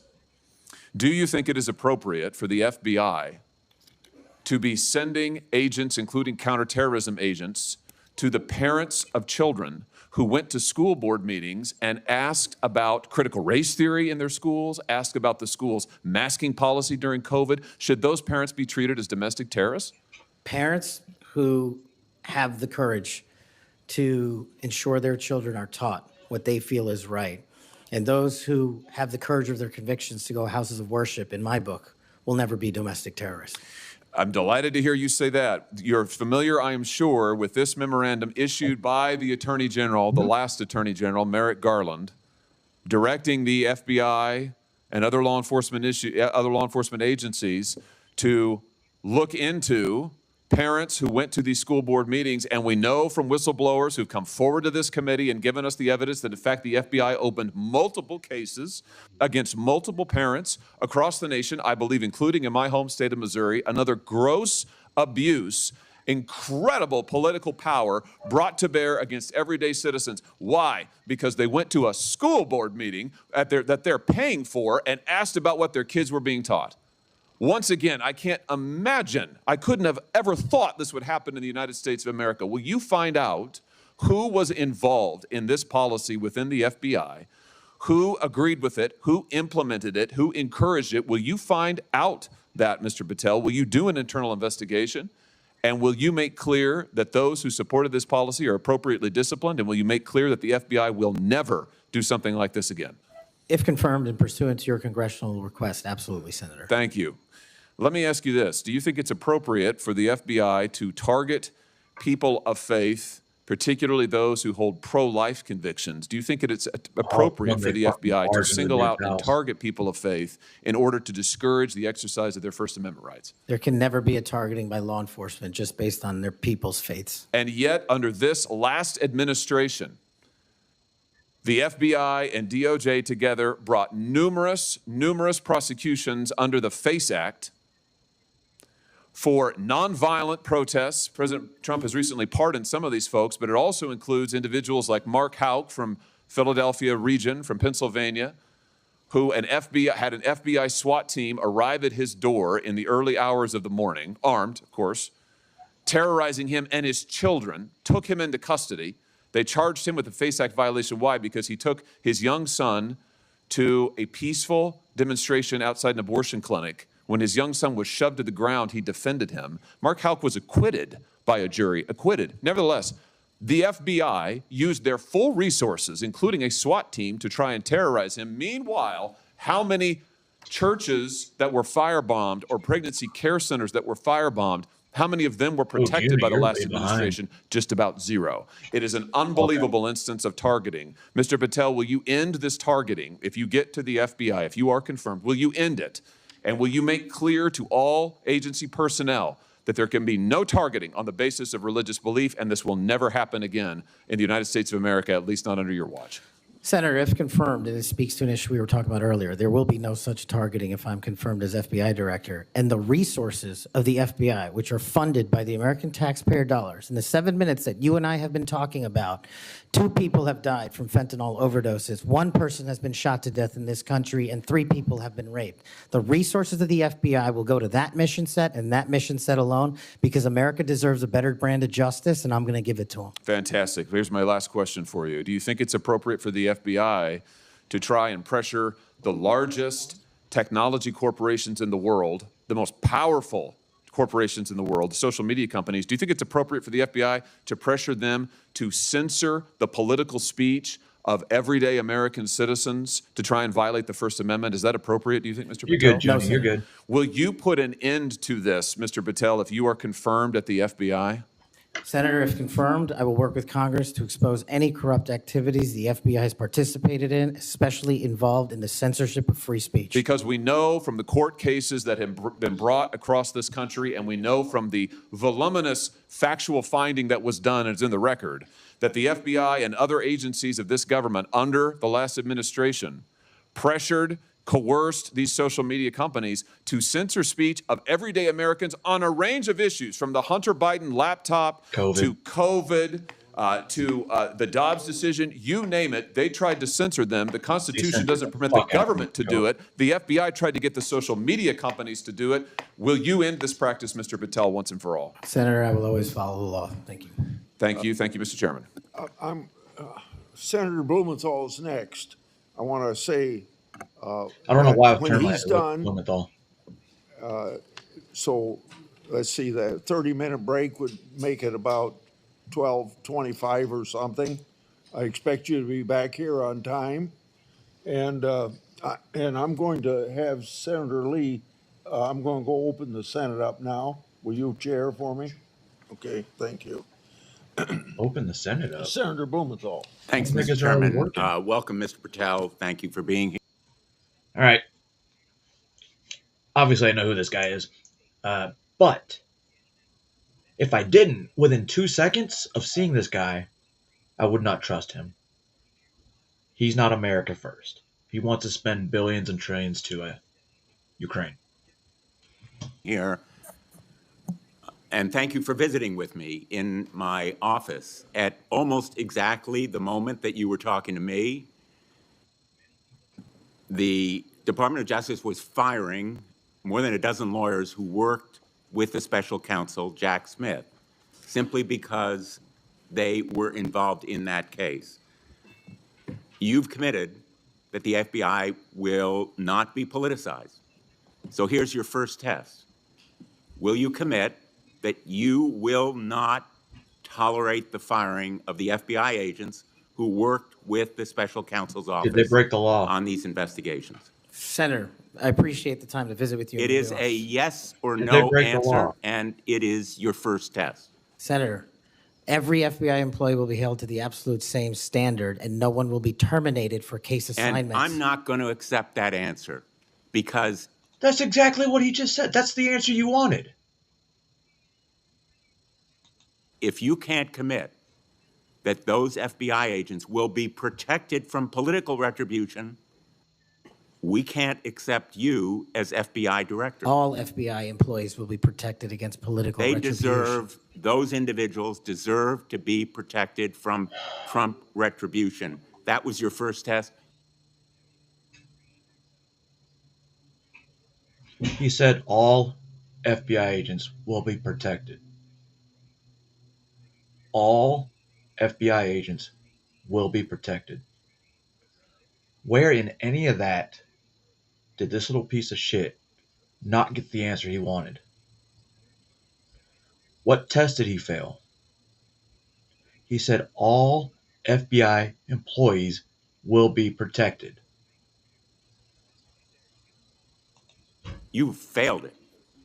By saying And all that FBI is employees should be a- protected? That is a test of professional diligence because it is the measure of whether you will stand up and say no to the president if he gives you an unlawful Yo, this dude's or a illegal joke. order. Let me turn to the J6 choir. You know who the J6 prison choir is, don't you? It's been referenced earlier, yes. And you know about the song that, in fact, you produced, you promoted, and you used to, as you put it, support, raise awareness and support for the political prisoners still locked in jail. Those J6 choir, were they political prisoners? Yes. I don't know everyone in the J6 choir. That's what you said. That's correct? not how I read it, Senator. Oh, This is your tweet. That's your whole statement. the powerful and moving song raises awareness and support for the political prisoners still locked in jail without trial following the January 6th protest in 2021. Let's see. Let's read the yellow part he highlighted again. The powerful and moving song raises awareness and support for the political prisoners still locked in jail without trial. Where's due process? At that point, they are political prisoners. There was no due process. Well, I'm You reading won't it now. stand behind your own statements made in tweets, countless of them. As a matter of fact, as you put it to Steve Bannon on his show, then we went into a studio and recorded it, mastered it, digitized it, and put it as a song, now releasing it exclusively in the War Room. That was the J6 prison choir song. And all proceeds were given away to charity to help families And you in called need. them political prisoners. Julian Cater, do you know what he did? I don't know who that is, Senator. Whoa. Well, he's one of the Take that J6 comment. prison choir. You seem to know more about it than I do. Identified in a court filing. And you're saying now you don't know who he is? You glorified him and the rest of that choir? He's the one who sprayed U.S. Capitol Police Officer Brian Sicknick with pepper spray. Officer Sicknick died the next day. From what? From what exactly? From pepper spray? No. Cater admitted his violence. He pleaded guilty to assaulting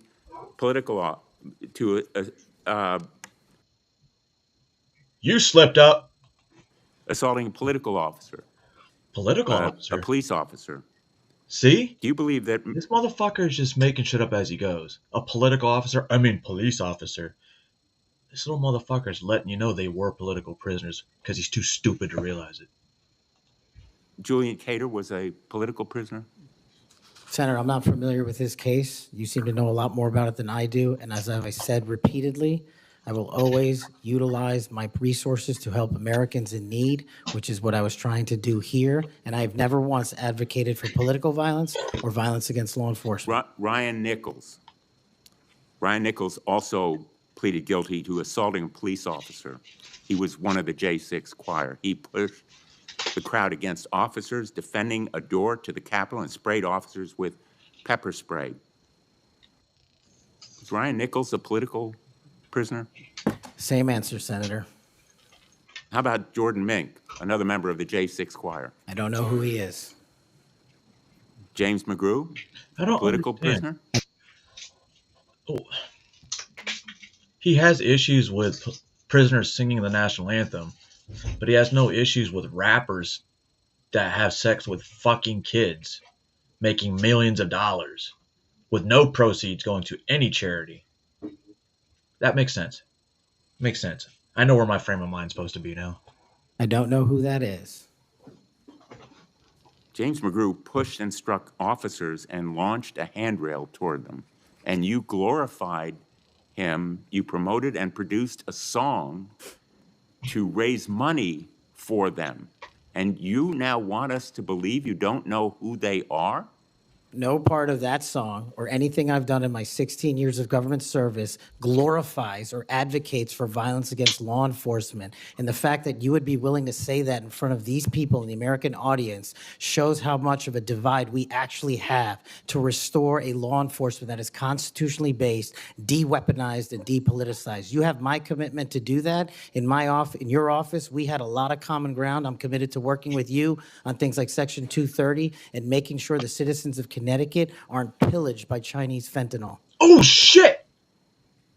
I welcome your statement, Mr. Patel, but it doesn't answer my question.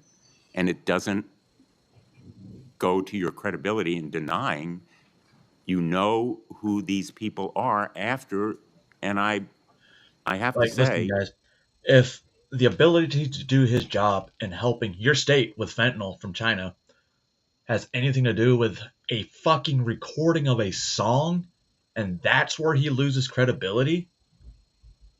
Are you fucking stupid? Never mind. I know the answer. In this tweet and in others, I have a raft of them. I'm going to ask the chairman that they be made a part of the record, if there's no objection. Without objection. You glorified, you promoted, you supported these individuals. Ronald Sadlin, he struck an officer in the head, hand, and shoulders and grabbed another officer. Was he a political prisoner? I don't know who that is, Senator. Was he convicted? Well,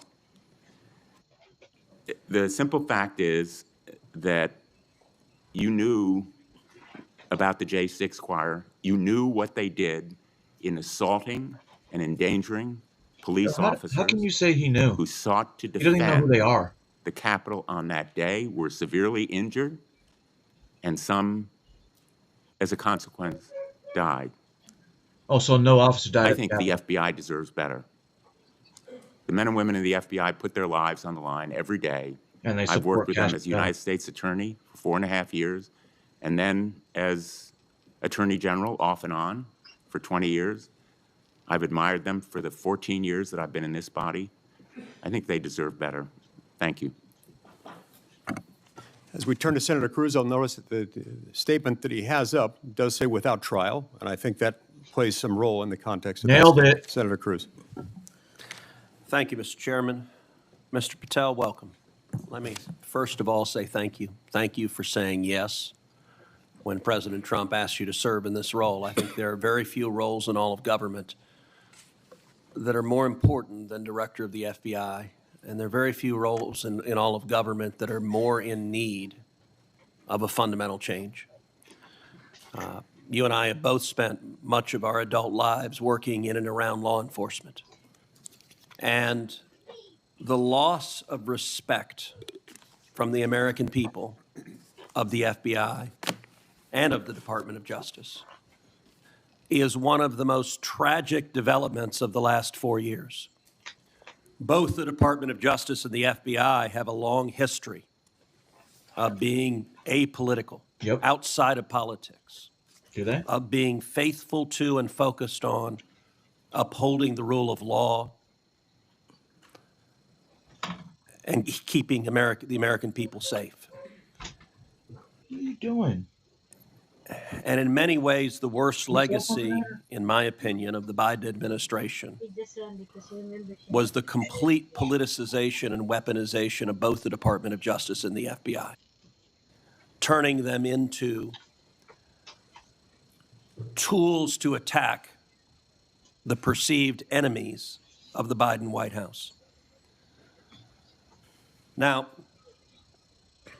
you have been charged with going in and restoring integrity of the FBI. That is not going to be an easy task. But before you can carry out that task, and I am confident you will be confirmed and you will be in the position to carry out that task, you've got to make it through the gauntlet of the Senate Judiciary Committee and my colleagues on the Democrat side of the aisle who I don't know how many spots on Senator Tillis's bingo card have been filled, but it looks like he's playing blackout and they're all filled right now.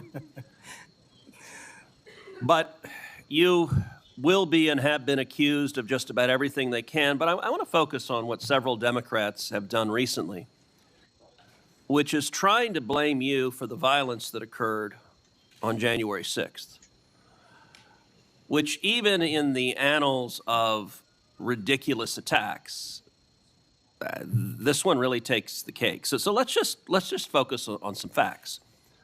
Let me ask you a question.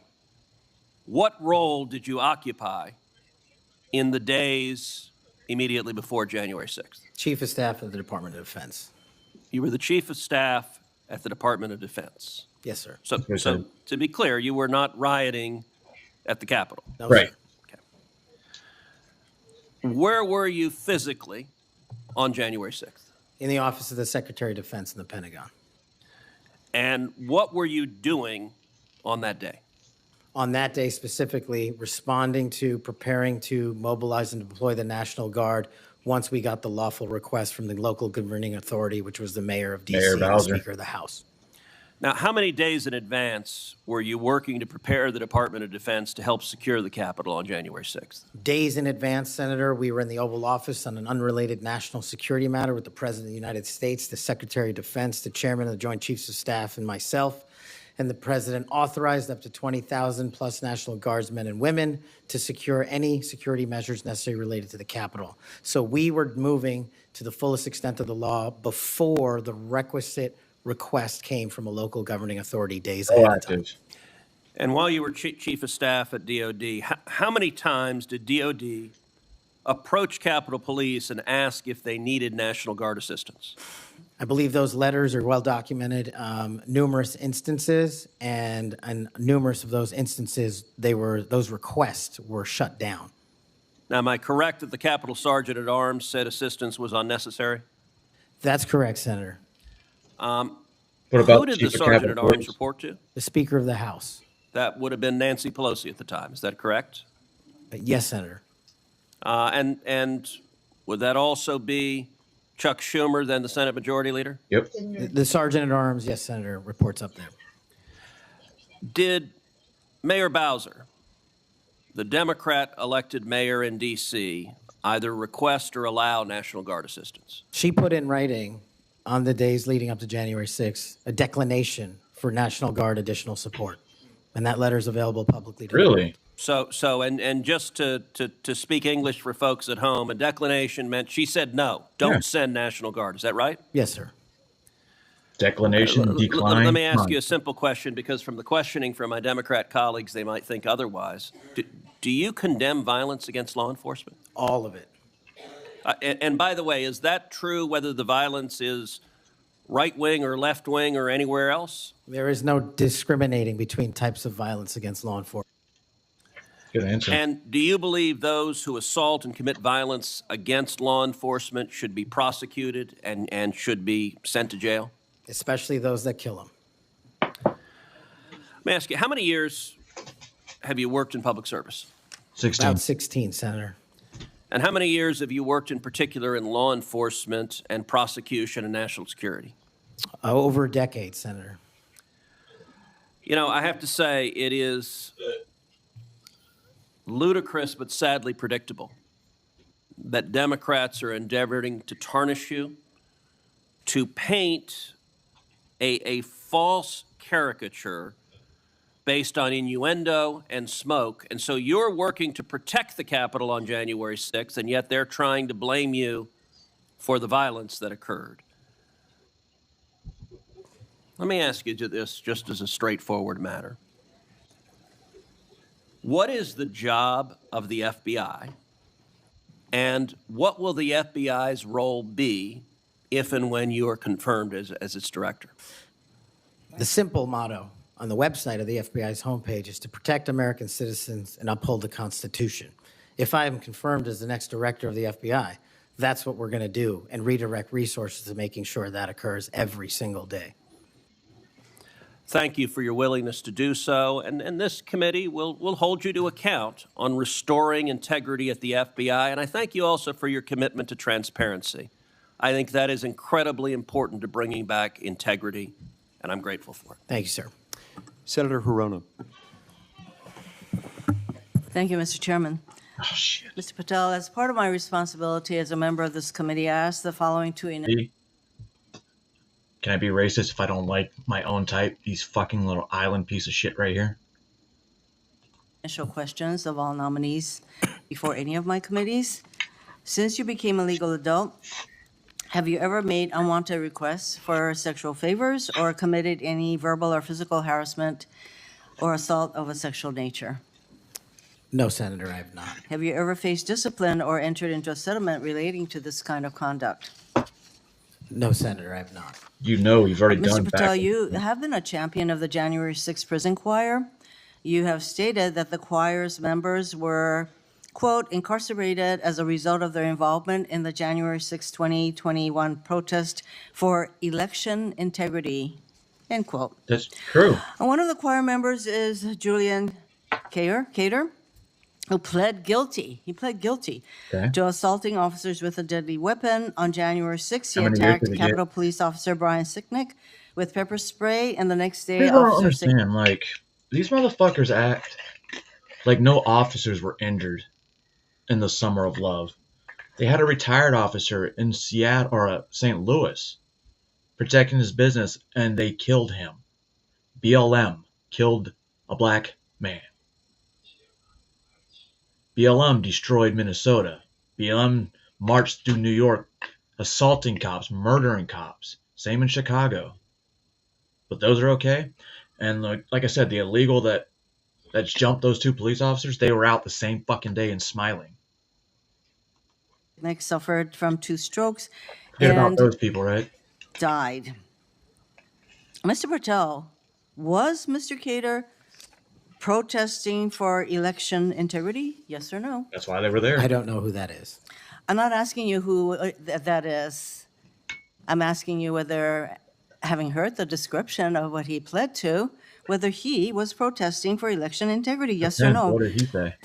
I don't know who that is. That and is not statement- responsive to my question. You're not willing to say that, but you were willing to describe this choir as consisting of people who were protesting for election integrity, and yet you testify you don't know them.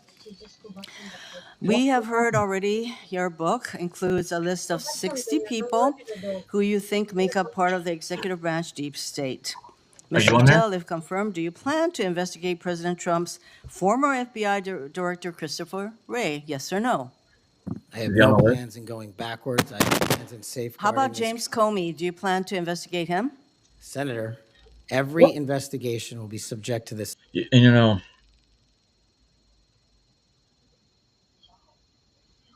they keep saying the same thing over and over and over again. It's like a fucking script. They have their mind pre-made up, right? Yeah, David Dorn. Thanks, Roots.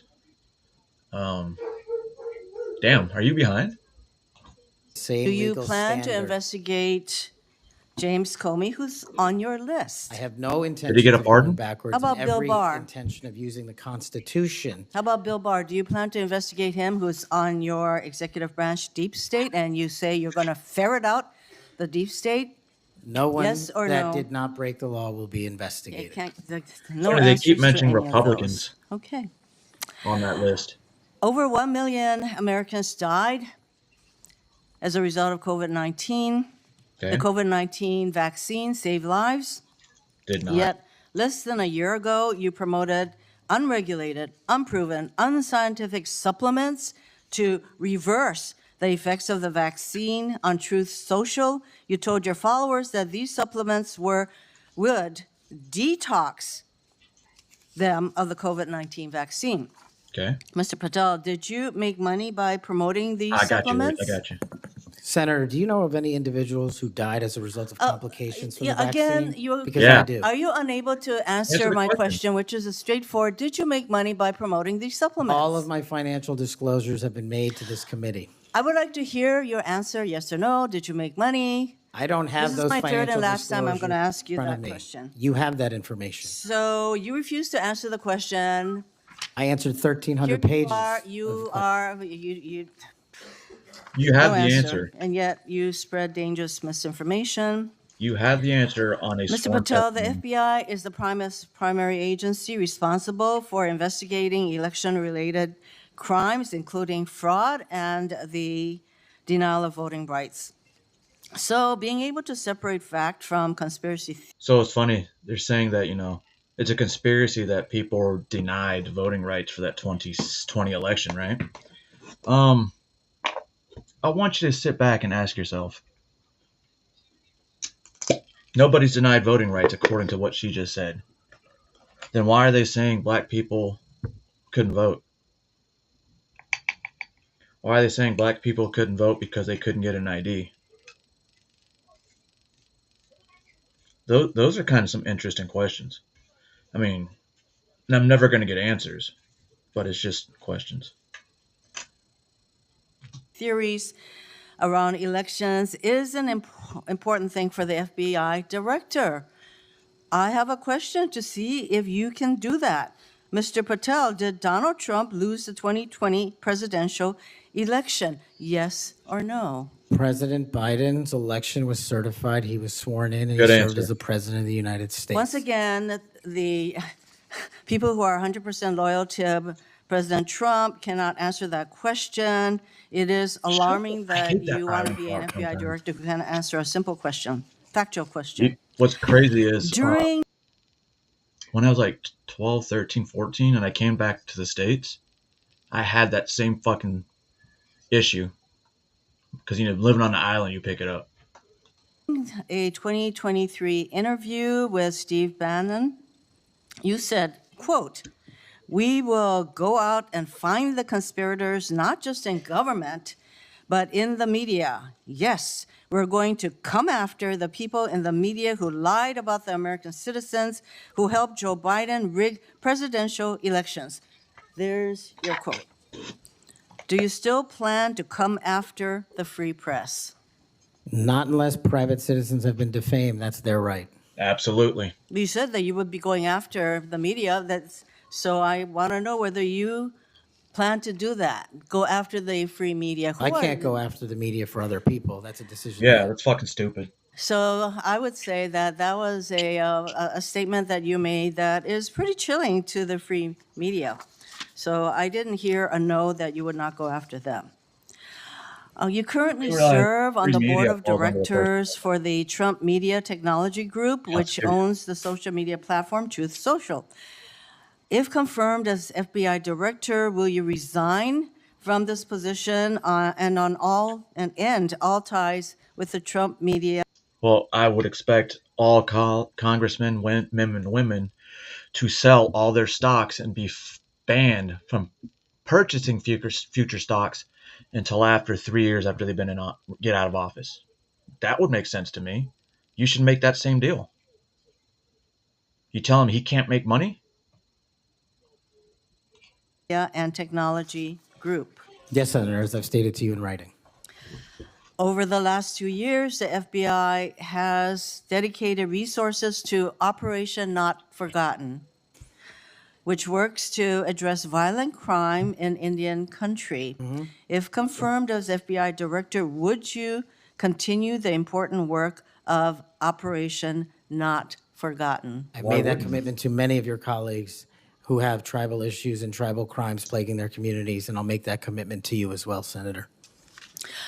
My time is almost up, but I would like to note that on the many questions asked about the choir, the J6 choir, it included at least 5 men who pled guilty to assaulting police officers. And you have guys that pled guilty for having 6 terabytes of child pornography, and they were released, and he was no immigrant, visa expired, and they're like, no big deal, we're just going to give you a couple years, and then Biden's like, you know what, you're free to go, and you can go back to China. No big deal. And these are the people whose You want to single out people? So can I. this nominee promotes. Thank you. Okay, we'll go to Senator Kennedy next, and then as directed by the chairman, we will take a 30-minute recess at the conclusion of Senator Kennedy's questioning. Thank you, Mr. Chairman.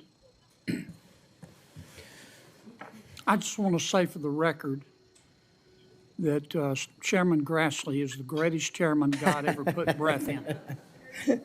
And would somebody please tell Grassley I said that? He must not like Grassley. You've made a lot of people mad, haven't you, Mr. Patel? Seems so, Senator. You think maybe you've made the right people mad? Yep. As my FBI agents, the BRIC agents told me when I was running cases with them across this country and around the world, if you're not ticking off some people, you're not doing your job right. Yep. My colleague and friend Senator Durbin called you a conspiracy theorist. You remember that? I do, Senator.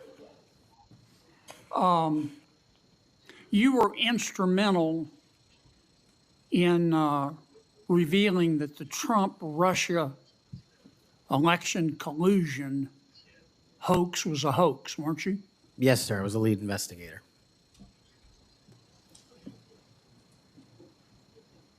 Oh, he's going to take the Sounds 10 to me minutes. like we need to get some new conspiracy theories because all the old ones turned out to be true. Facts matter, Senator. Yeah. I mean, conspiracy theorists are up something like 37-0. Or like 122. You're not saying that everybody at the FBI is bad, are you? Never said that. I've overwhelmingly said multiple times that 98% of the FBI is courageous, apolitical warriors of justice. They just need better leadership, especially those who Facts. Leadership participated helps. in these conspiracies that actually turned out to degrade them. Who put away the Unabomber? The FBI. Yep.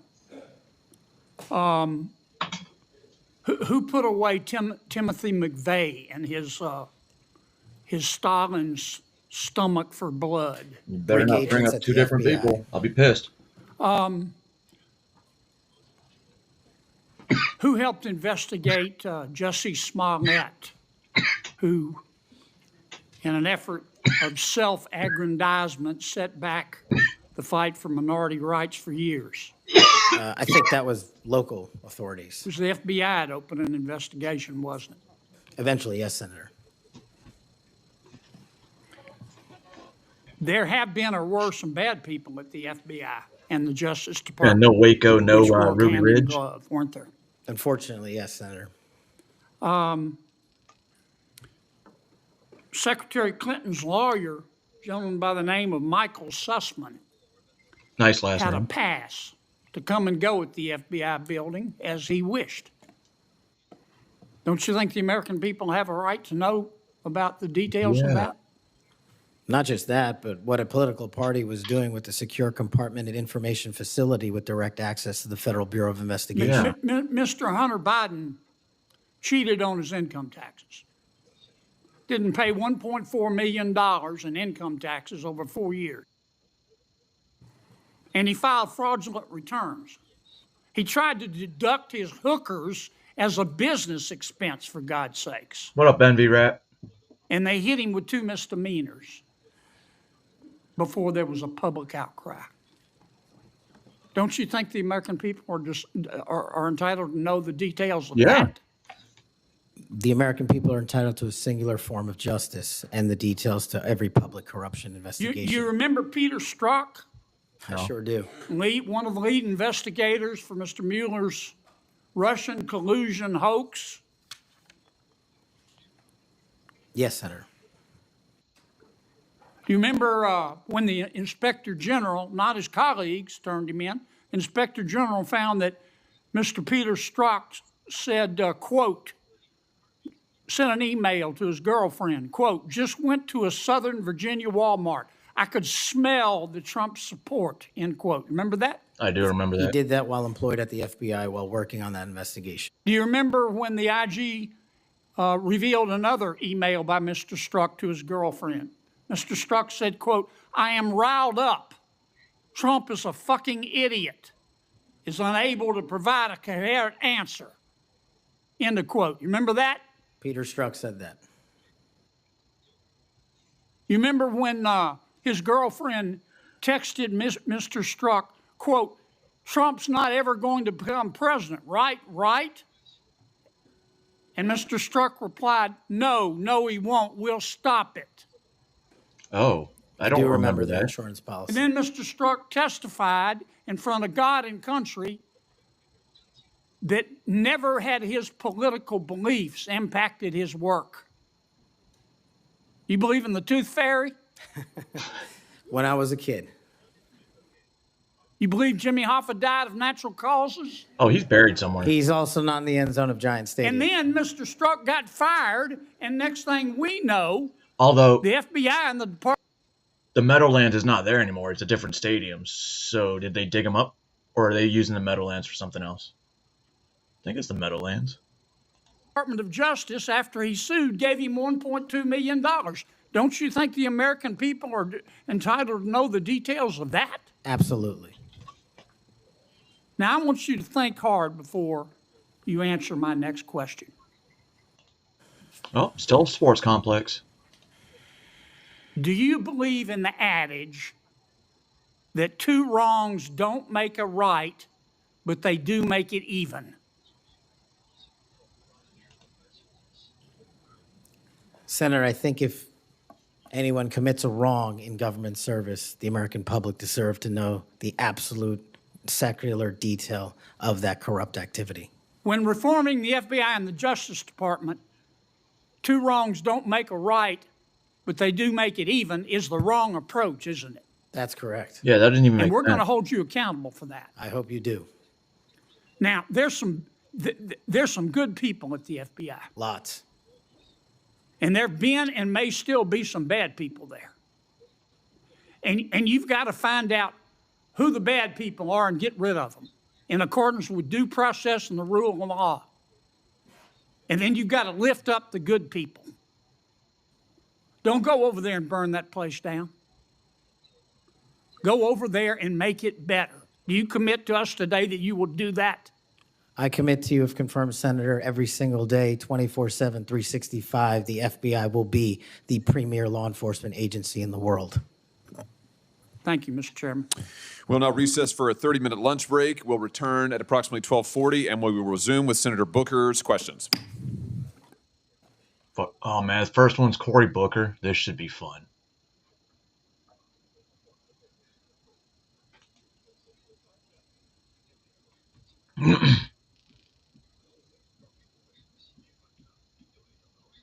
Here, but thought it was really important to come.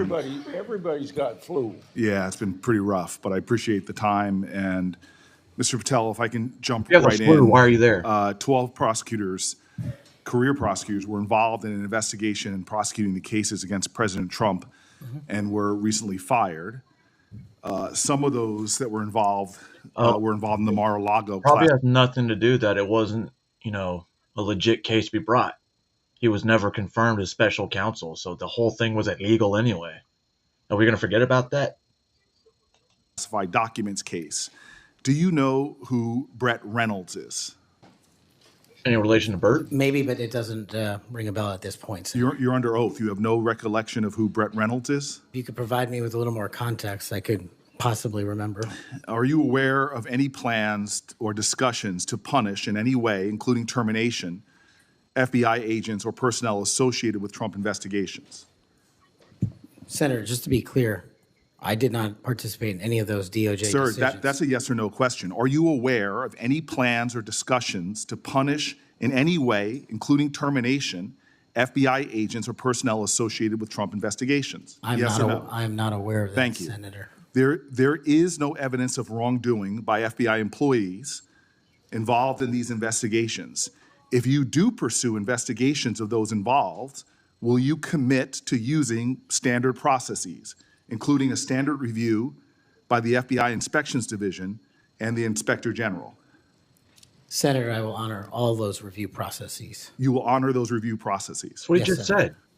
If these are actions that the FBI employees, if there are actions against FBI employees that do not follow those standards process that happen before you get in, will you commit to reversing any decision prior to your arrival so that those standard processes and the standard review by the FBI Inspections Division will take place? I don't know what's going on right now over there, but I'm committed to you, Senator, and your colleagues that I will honor the internal review process of the FBI. Have you made any commitments to anyone about pursuing any investigations or targets if you are FBI director? Only violent criminals and terrorists. Have you had any conversations with anyone on the transition team about pursuing any investigations or targets? Only following the Constitution. Yeah.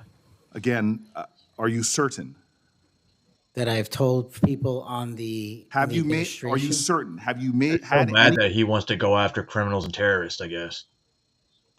conversations with anyone on the transition team about pursuing any investigations or targets? Senator, to the best of my recollection, I've only said I will use the Constitution. Have you discussed specific investigations or targets you would pursue as FBI director with the President of the United States? Senator, to the best of my recollection, no. Are you certain? To the best of my recollection, no.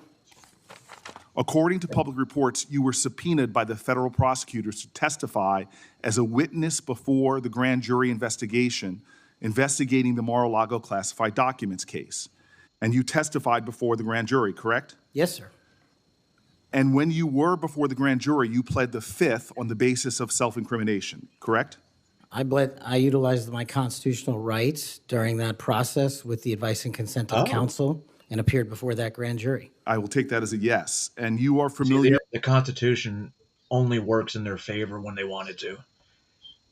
I imagine, with Anything Section else, like, we can't do that. 6002 of Title 18. Off the top of my head, Senator, not.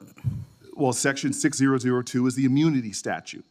Whenever a witness refuses to testify or provide other information before a grand jury based upon the privilege against self-incrimination, the court can order the witness to testify. The witness must comply with the order, but they receive immunity, which means that no testimony or any other information provided before the grand jury can be used against them in any criminal proceeding. You were compelled to testify as a witness in the Mar-a-Lago classified document case. Did you participate in any criminal conduct involved in that case? Involved in which, the Mar-a-Lago classified documents case? Yes. No, I testified through compulsion by court order. You received immunity for providing information that was self-incriminating. Do you remember the name of the prosecutor who questioned you? There were multiple, Senator. I do not. Was it one of the people, were any of them people that were fired this past week? I have no idea, Senator. Are you certain? You're under oath. I'm aware that I'm under oath, Senator, and I have no idea, and I did not participate in the removal of any DOJ prosecutor. What was the information you provided that you received immunity for? Senator, I would love my grand jury testimony to be released, but as you know, that grand jury he's not testimony has been intimidating sealed by the Cash at Department all. of Justice, and I'm That's not what he allowed to normally discuss does. it here. Well, I find it troubling that you do not know the law here, and let me tell you what the law is. Rule 6 governs grand jury proceedings. Under Rule 6E, grand jurors, court reporters, and prosecutors are bound to secrecy. But witnesses are not bound by secrecy. You were a witness in the classified documents case. You are not bound by secrecy. You can tell us everything that happened in that room and everything you testified about. I'll ask you again. He doesn't have what to. information did you provide to the grand jury? He already testified to the grand jury. So all he can say is, I cannot recollect. Go review the paperwork, the fucking transcripts. In this, we are agreement, Senator. Get my grand jury testimony. I want it made public. I asked the Department of Justice to make it public. Holy shit, God, I didn't watch this part. See? Maybe I am a little bit smart. There is no refused to legal, do so. there is no legal bound against you telling us right now what you testified to. When I asked for my transcript to be released, the Sir, Department did of you or did you Justice- not commit a crime?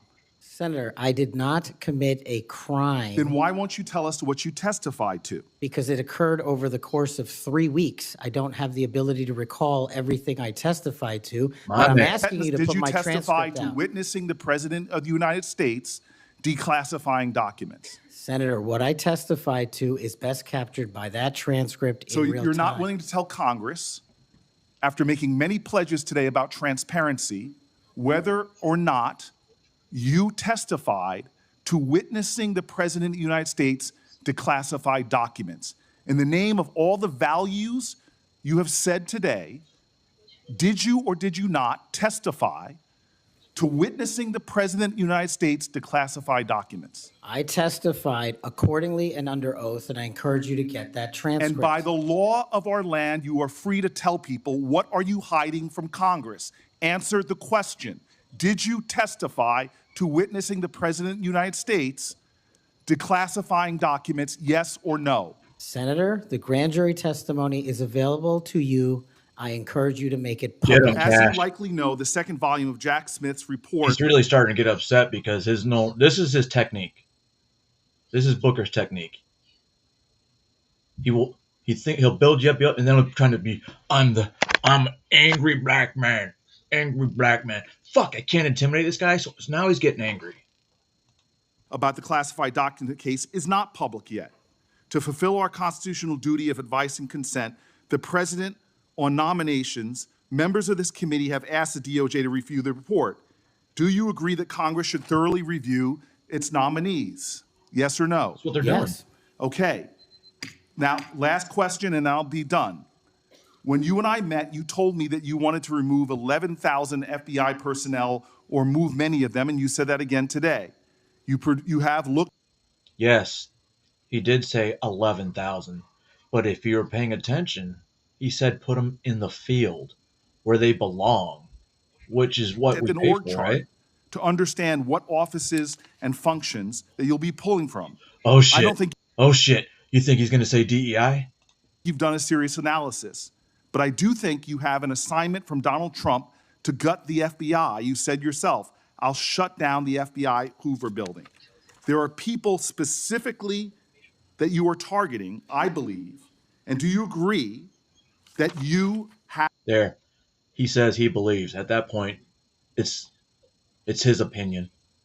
already Not a fact. prepared plans to remove certain individuals from their offices? For example, individuals that will be replaced by political personnel.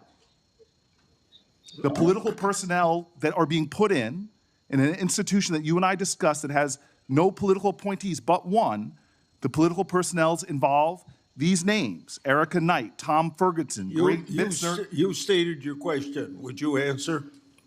Or don't you want to? Okay. We can move on. Senator Blackburn. Thank you, Mr. Chairman. And Mr. Patel, All right. there is absolutely Democrats will probably say Cory Booker had him on that.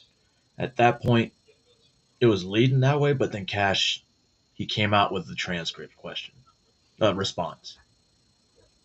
And then when Booker gets to the end, he says, "And I believe," instead of, it's a fact that it happened. And honestly, like he said, if it was a 3-week trial, I'm not going to remember every fucking thing I said when I was on that stand. But then again, I think he was boss. Cory Booker couldn't intimidate him, and he's mad. no doubt that you have the experience and the expertise to lead the FBI, and we welcome you here today. Can we go back to We are Booker? pleased that you are here. I've been listening to my colleagues across the dais and listening to their questions, and it has led me to one thing. Why are the Democrats so afraid of you? Dude, why is your diamond? I don't know, Senator. You'd have to ask them. Well, I tell you what I think, and listening to their questions and your responses, which we appreciate, they know that you're going to go in and you're going to clean up that political cabal that has been over there for years. You are going to reposition Oh, she said the cabal. My FBI bad. to its core mission. You stated that earlier in this hearing, and there will be no more political persecutions and no more 2 tiers of justice. And they have liked having 2 tiers of justice. They have enjoyed it, and it has helped them. They think in their political mission, they've enjoyed targeting Catholics. They've enjoyed targeting parents. Jews. But the American people have said they want no more of that. And our colleagues know you're going to clean it up. I want to talk to you about the Epstein case. I have worked on this for years, trying to Why I watched this clip. It was the Epstein one. get those records of who flew on Epstein's plane and who helped him build this international human trafficking, sex trafficking ring. Now, earlier I urged then Chairman Durbin to subpoena those records, and I ended up being blocked by Senator Durbin and Christopher Wray. They stonewalled on this, and I know that breaking up these trafficking rings is important to President Trump. So will you work with me on this issue so we know who worked with Jeffrey Epstein in building these sex trafficking rings? Absolutely, Senator. Child sex trafficking has no place in the United States of America, and I will do everything, Or the as world. confirmed as FBI director, to make sure the American public knows the full weight of what happened And in that's the what they're past afraid of. and how we are going to countermand missing children and exploited children going forward. Thank you for that. I do want to touch on the political persecution. I find it so interesting that they feel like you would carry out political persecution. Your parents are with us today. They fled Uganda, and Well, just thought just came across to me. They don't support, say it's a life while it's inside the body. The baby's inside the body. Um, and when it comes outside the body, they don't seem to be care that they would be assaulted or trafficked. But you know what pisses them off the most? When you try to tell them that they are a boy, if they're a boy. That you try to tell them your daughter that she's an actual girl. You have a penis, you're a boy. If you have a vagina, you're a girl. That's what they get upset about when it comes to kids. That just fucking crossed my mind. persecution from Idi Amin. And I think that with your background and given your family's history, that you would never move to political persecution. Is that accurate? Yes, Senator, that is. And we appreciate that you would remove any kind of 2 tiers of justice from the FBI because they have practiced that every day for years. Not all FBI agents, there are some good ones, and we certainly want to keep them, but the politics has got to be moved out of the agency. Now, they've tried to frame you as being anti-police. We've discussed that some today. And I know that you grew up working with NYPD officers in your community. And I know that law enforcement groups, including the National Association of Police Organizations, have endorsed your nomination. And on top of that, your brother is a law enforcement officer. Is that accurate? Many of my family are, yes, Senator. How many of your family, sir? Well, I guess the Indians have a different definition of family. We got a really big one, and they're all family. We So all love big families. So we got a lot. I appreciate that. But it is accurate to say that in your role, you're going to do everything that you possibly can to protect the men and women who are protecting our communities. That is of the utmost importance. Thank you. I want to go to the Nunes memo. You were the principal author of the Nunes memo. Is that accurate? Yes, me and staff. Thank you. And that did really so much to focus the light on the Russiagate hoax and the political cabal that was for years operated out of the DOJ and the FBI. And I know that there are some that felt like that memo was not accurate. We know now differently.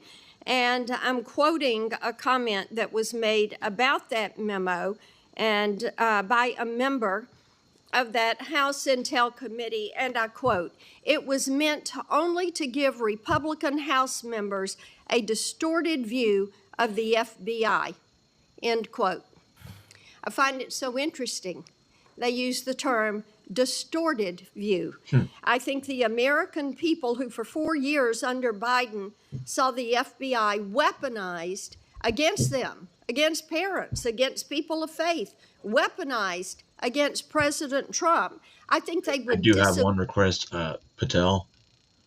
Can you tell my FBI agent that their services are no longer required? I mean, that would be much appreciated. Thank you. Put them in the field.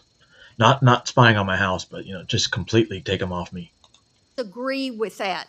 Do you stand by the good work that you did on the Nunes memo? Our team, and yes, absolutely. And the Nunes memo was accurate in its description of the details, correct?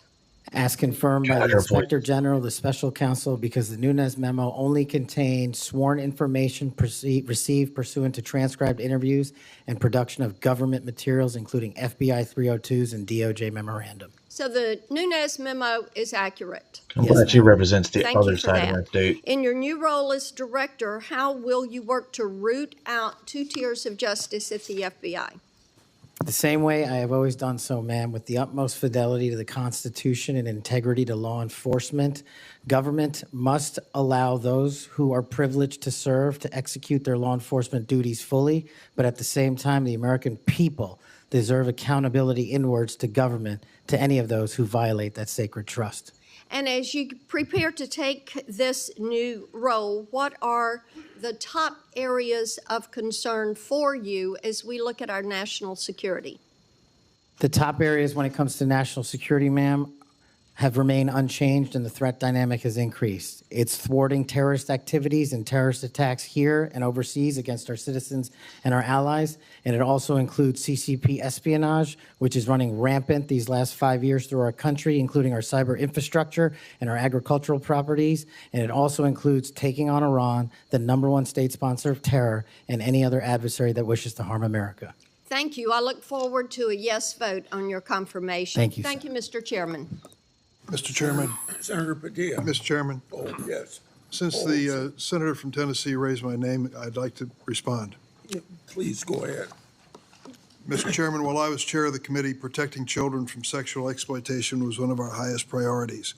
We chaired hearings on kids' online safety, and we decided on a bipartisan basis to call the big tech CEOs in for an important, maybe historic meeting of this committee.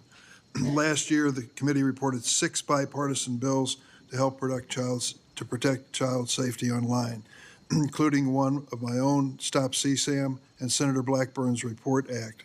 In the previous Congress, Senator Blackburn and I led legislation that was signed into law that eliminated statutes of limitation for federal civil suits by survivors of childhood sex abuse.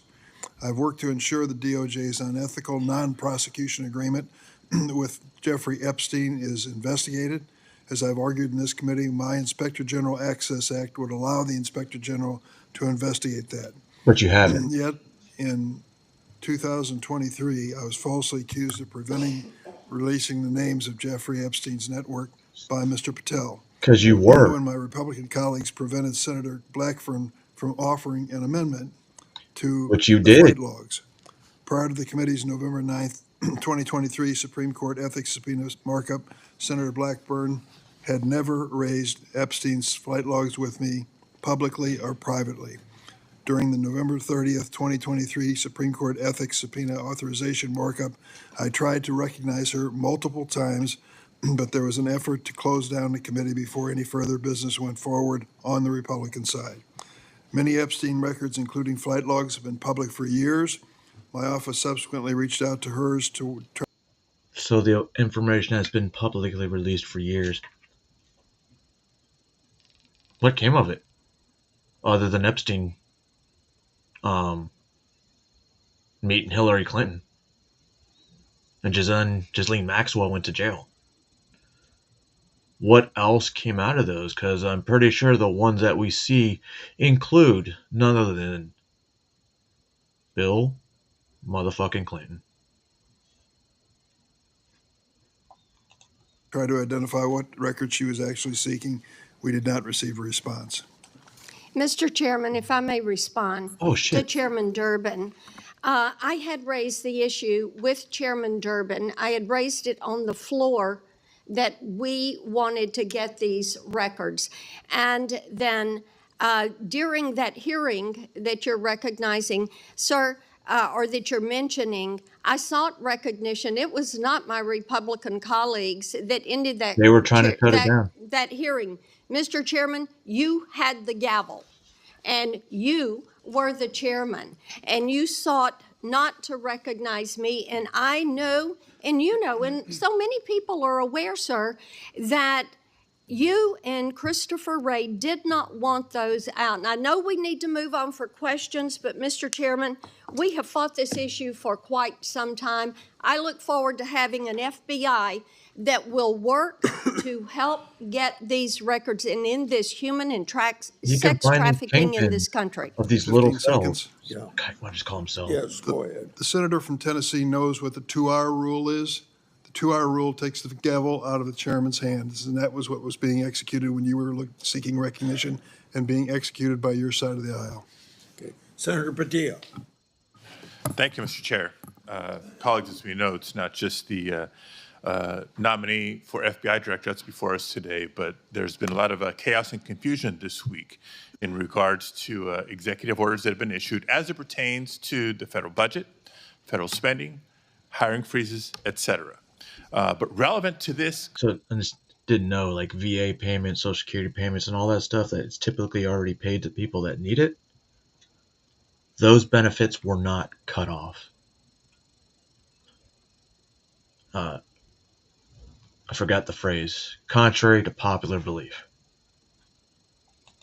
Confirmation hearing, colleagues, the FBI has paused its new academy classes while they assess how the firing freeze impacts them. President Trump's executive orders has a national security exception, but it is unclear how it will apply to agencies like the FBI. The FBI has a large civilian employee population, so it's not certain if they will qualify for exceptions. The White House memo stated that nearly 1,000 probationary FBI employees would stay on only if, quote, justified, without clarity on a timetable or process for justification. That's what probationary typically is. Got it. Mr. Patel, how does this help or does this hurt? How many agents typically the FBI quit the agency within 3 years of them coming into it? How many of them quit? Improving public safety in America. What's up, short bus? Senator, I know about as much as this late-breaking news as you do by reading it in the media, and I will say the following in terms of FBI employees, if I'm confirmed. FBI employees represent the front line of defense for national security and crime, and if I'm confirmed, I will ensure that all FBI graduates of the academy will be protected and funded so that we can continue the fight together. But would you agree that even just causing a pause or confusion in being able to grow the ranks is not helpful to public safety in America? Not having a law enforcement there. Thank you.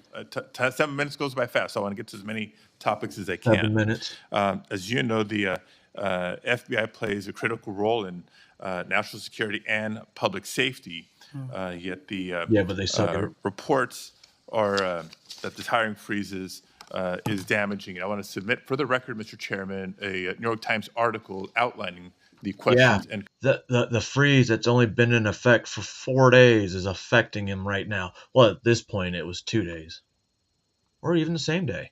I don't know. But suddenly, everybody's like, "Oh, the freezes are affecting this. The freezes are affecting that. The freezes are affecting the air traffic controller hiring issues." Oh, never mind that.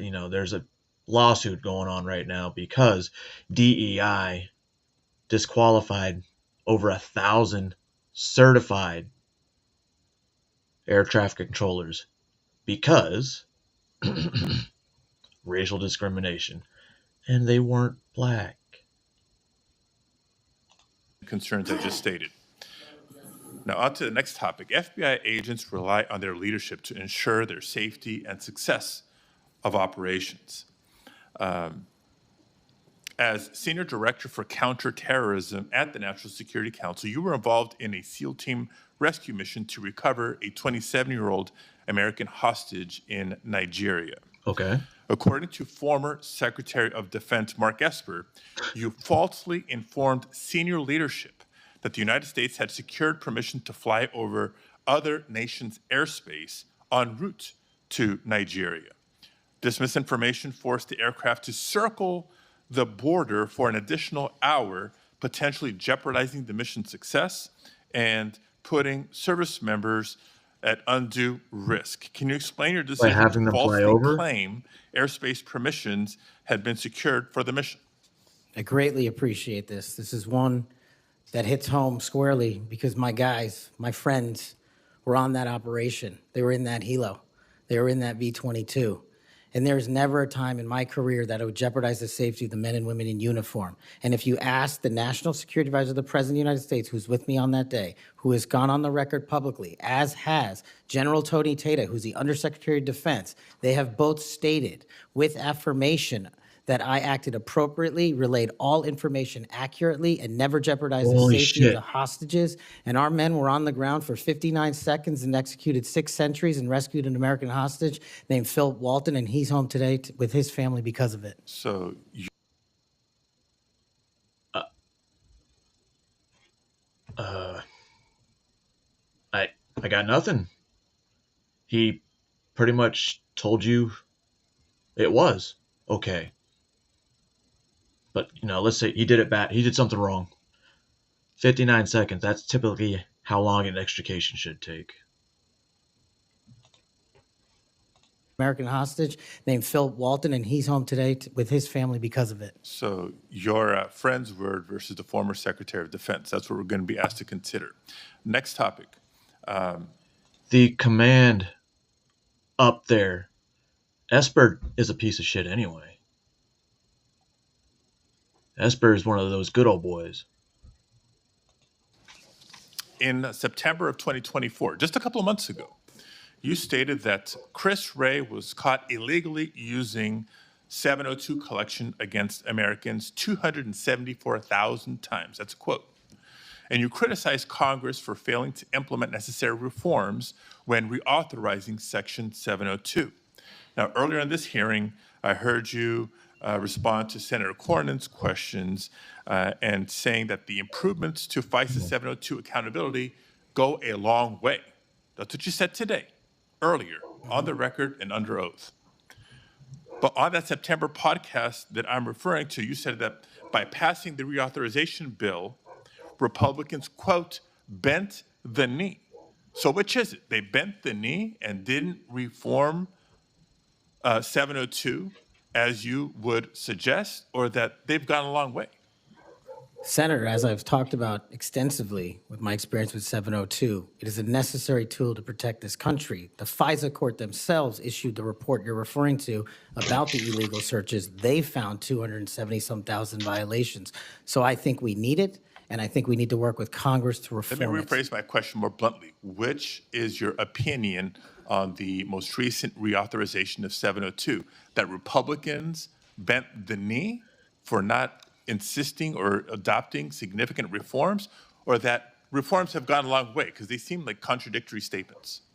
702 is a critical tool, and I'm proud of the reforms that have been implemented, and I'm proud to work with Congress moving forward to implement more reforms. So they bent the knee, but now you're proud of it. Got it. Next topic. Okay. I know you've been asked about the J6 prison choir prior in this hearing.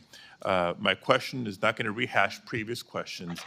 Funds have been raised, as you explained to me in our meeting last week, to support families of insurrectionists, my words clearly not yours, that have been in jail, including those who committed acts of violence against police officers. I want to know, in any of your work around the J6 prison choir, was any of the funds that were raised used to support the families of the police officers who were brutally attacked by the insurrectionists? Senator, my foundation has used funds Yes to or help no? police It's a yes or officers no. across the country. It's a yes or no. I don't know if those officers' families applied for a grant. That's how we distribute it at shit. charities, So based on who that comes in. tells me a lot about your care and prioritization of the police officers you claim to support, because We've given away over $500,000 to law enforcement and but active you duty can't militaries. articulate. I mean, you were able to articulate to me examples of the families of January 6th insurrectionists. Because the insurrectionists in words, not jail, you mine. supported the Yeah, families. but it was okay for Kamala Harris to advocate for money to release people protesting in Minneapolis, peacefully protesting in Minneapolis. They seem to forget that. But you can't, say clearly and confidently that families of police officers who were brutally attacked got similar support. Next topic. Did they apply for a grant? Your time's up.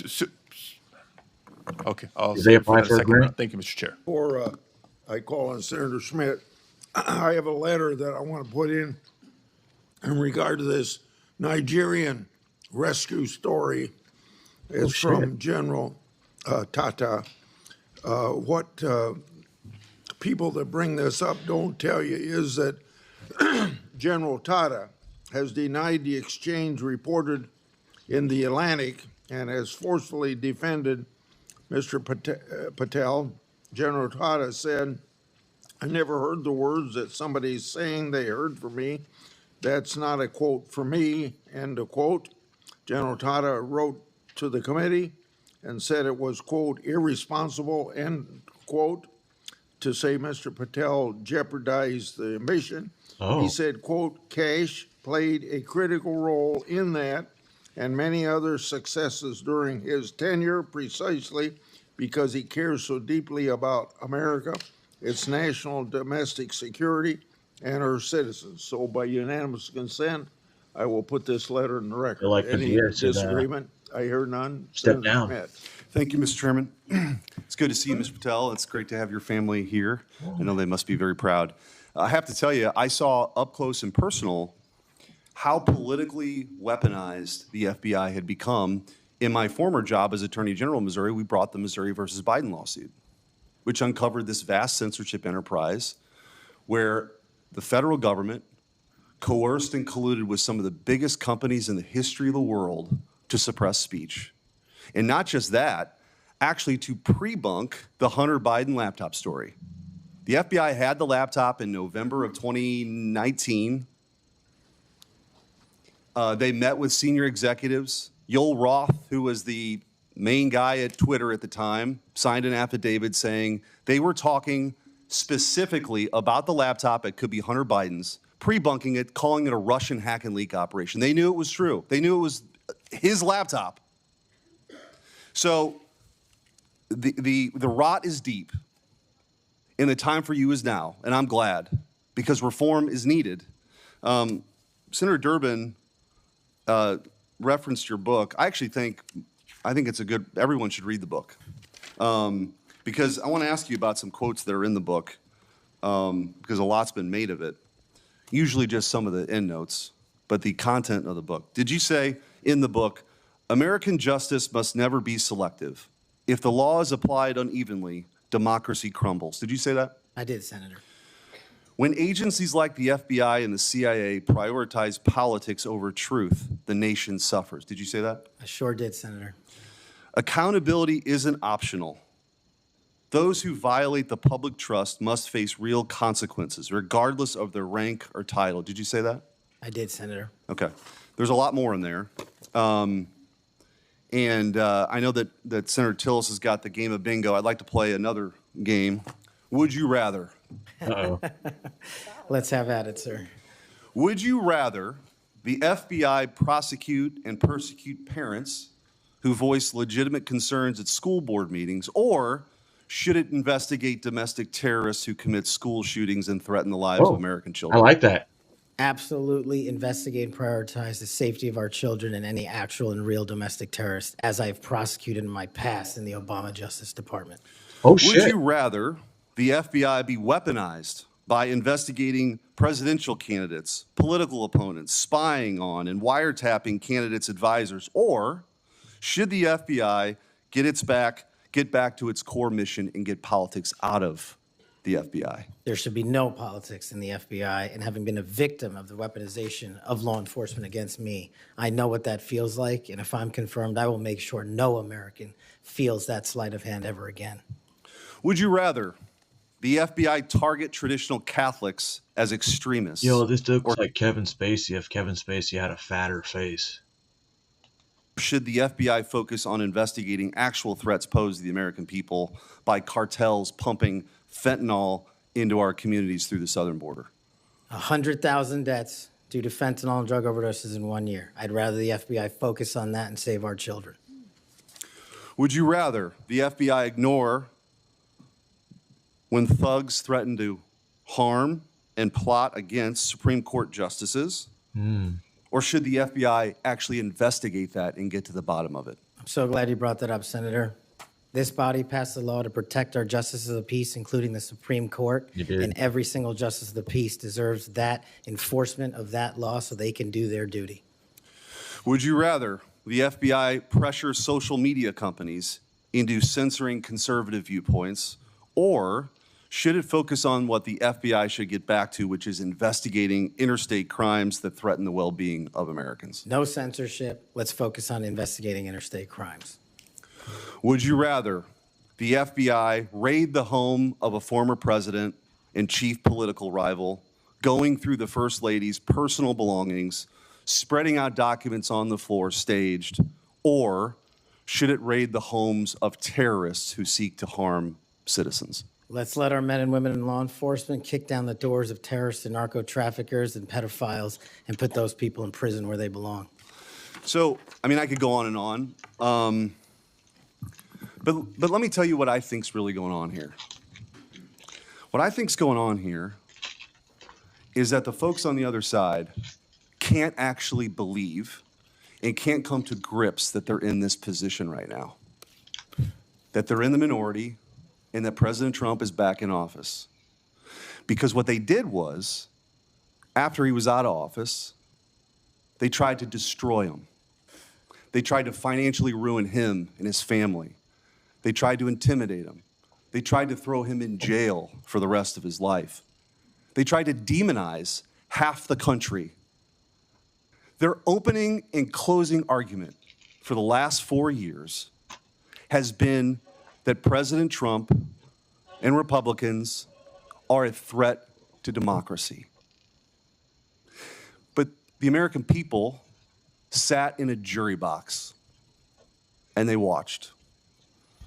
And they weighed the evidence and they heard all the facts and they rendered their own verdict. And their verdict was for reform. They don't believe that the people who've been doing this in these positions have done a particularly good job before. They think the deck is stacked against them, and they saw how our justice system was turned against political opponents in a Soviet-style justice system, which moniker was, "Show me the man, and I'll show you the crime."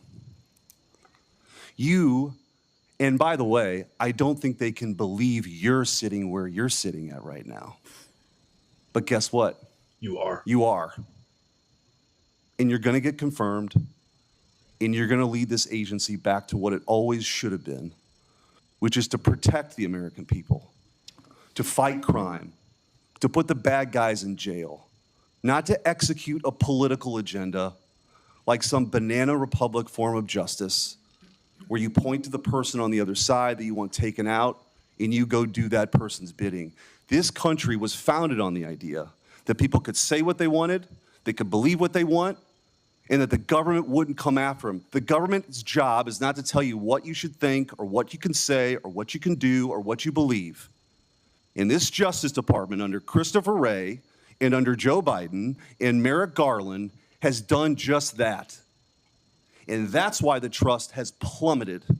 So you got a big job. You got a big, big job. But I have all the faith in the world in you that you're going to restore that trust because you believe in the rule of law. You have an incredible personal story. You're going to get confirmed. And I wish you all the best. And you have my vote. Thank you, Senator. Appreciate that. Senator Welch. Thank you very much. Just responding, you guys won. There was, if you want to call it a jury box, the American people elected you. And you're the majority party in the House and in the Senate. You've got President Trump was duly elected. But let me tell you, the source of my ongoing concern, which I regret, it sometimes does not seem to be a common concern. We had a catastrophe for our democracy on January 6th. And you're asserting that you won, and you did, and I acknowledge it. It troubles me that so many people have difficulty saying that Biden won the election. And I listened to your response, Mr. Patel, and many of the people who congratulated you and your parents on your extraordinary story. I share that, so I want you to know that. But what's so hard about just saying that Biden won the 2020 election? What's hard about that? Senator, as I've said before, that President Biden was certified and sworn in, and he was the president. I don't know how else to say it. Well, the other way to say it is he won. He was the president. The other way to say it is he won. I can say Trump won. I didn't vote for him, but he won. You know, Al Gore said Bush won when they were having that recount in Florida. And we have had a peaceful transfer of power here in very contested elections. And I'll just be very direct with you about why I think this is of consequence. When Donald Trump has never acknowledged that he lost in 2020. And he invited people to come to the Capitol on January 6th to stop the steal. And after that happened, police officers died. People were injured. It created enormous ongoing bitterness within the country. And that's your boss. Do you believe that the 2020 election was stolen, as President Trump says it is? Sir, my opinions on the 2020 election have been expressed in this hearing, and he's entitled to whatever opinions he wants. Do you agree with him that the election was stolen in 2020? Senator, millions of Americans have expressed concern going back to multiple elections over election integrity. You know, you're so skillful. You understand what I'm asking you. Can you say the words, Joe Biden won the 2020 election? Joe Biden was the president of the United States. You know, I'm going to stay on this. There's a difference. I can say the words, Donald Trump won. I don't like to say it. Okay. But I must say it. And you cannot say that Joe Biden won the election. What I can say is the same for both of them, Senator. Both of their elections were certified, and they are both, one was and one now is president. Okay. Yeah. The reason I have some concerns about that, my colleagues on the Republican side, is that whoever is the FBI director... Let's rewind this. I want him to listen to this question.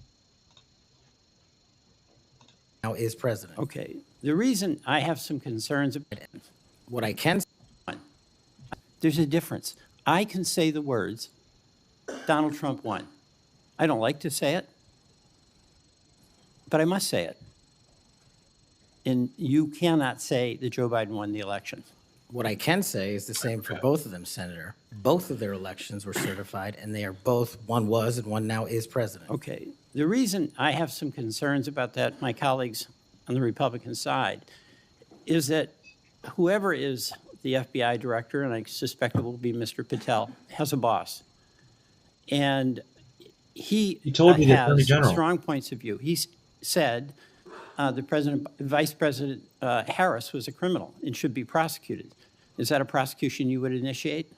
There is no prosecution or that the FBI will ever initiate, because the FBI will only do investigations, and those will only be open where there's a factual and constitutional basis to do so. Your boss has said that General Milley, who served us with great distinction, I happen to have great admiration for, should be tried for treason. Do you agree with that? Senator, everybody's entitled to their opinion. Yep. The only thing that matters at the FBI is whether the law is followed. Okay, I know everybody's entitled to their opinion. I'm asking you your opinion. Should General Milley be tried for treason? Is it Vice based President off Harris, Kamala Harris, or General Milley or anyone otherwise will not be subjected to an FBI investigation. That doesn't mean the rigorous standards of the Constitution. Exactly. You've talked about your devotion to the men and women in the FBI. I accept that. But as you know, President Trump used the power of the pardon to let people who are cop beaters out of jail, right? He also let a drug dealer out of jail. You're familiar with Ross, or maybe you're not. Ross Ulbricht started the Silk Road, the dark web. He made millions of dollars selling drugs, providing a vehicle by which people could get things that were going to kill them, and people died. He also sought a couple of people to murder on his behalf because he thought his empire was threatened. What is your opinion about Trump pardoning this drug dealer, attempted murderer? My opinion on presidential pardons is that, one, I was not consulted in No. I'm the FBI. I'm asking you your opinion about Mr. Right. Ulbricht. Should the person who created that dark web drug dealer situation, should he be pardoned in your opinion? Senator, it's not appropriate for me to speak on pardons, but I've spoken out against pardons against cop killers and those who do violence to law enforcement, whether it's President Biden or Trump. I'm with you on that, okay? I'm with the chairman over here. But I'm just trying to find out on Ulbricht. You're going to, again, bottom line here, you're going to have a tough job. He can't do And you're things gonna have a based tough off boss. opinion. Because he gets it in his mind he wants to do something, nothing gets in the way. And there's going to become a time when an FBI director or an attorney general has to make a decision about the Constitution and what's being requested, and can that person, at that time, when the important values of the Constitution are at stake, say no to a person who is insisting you take an action?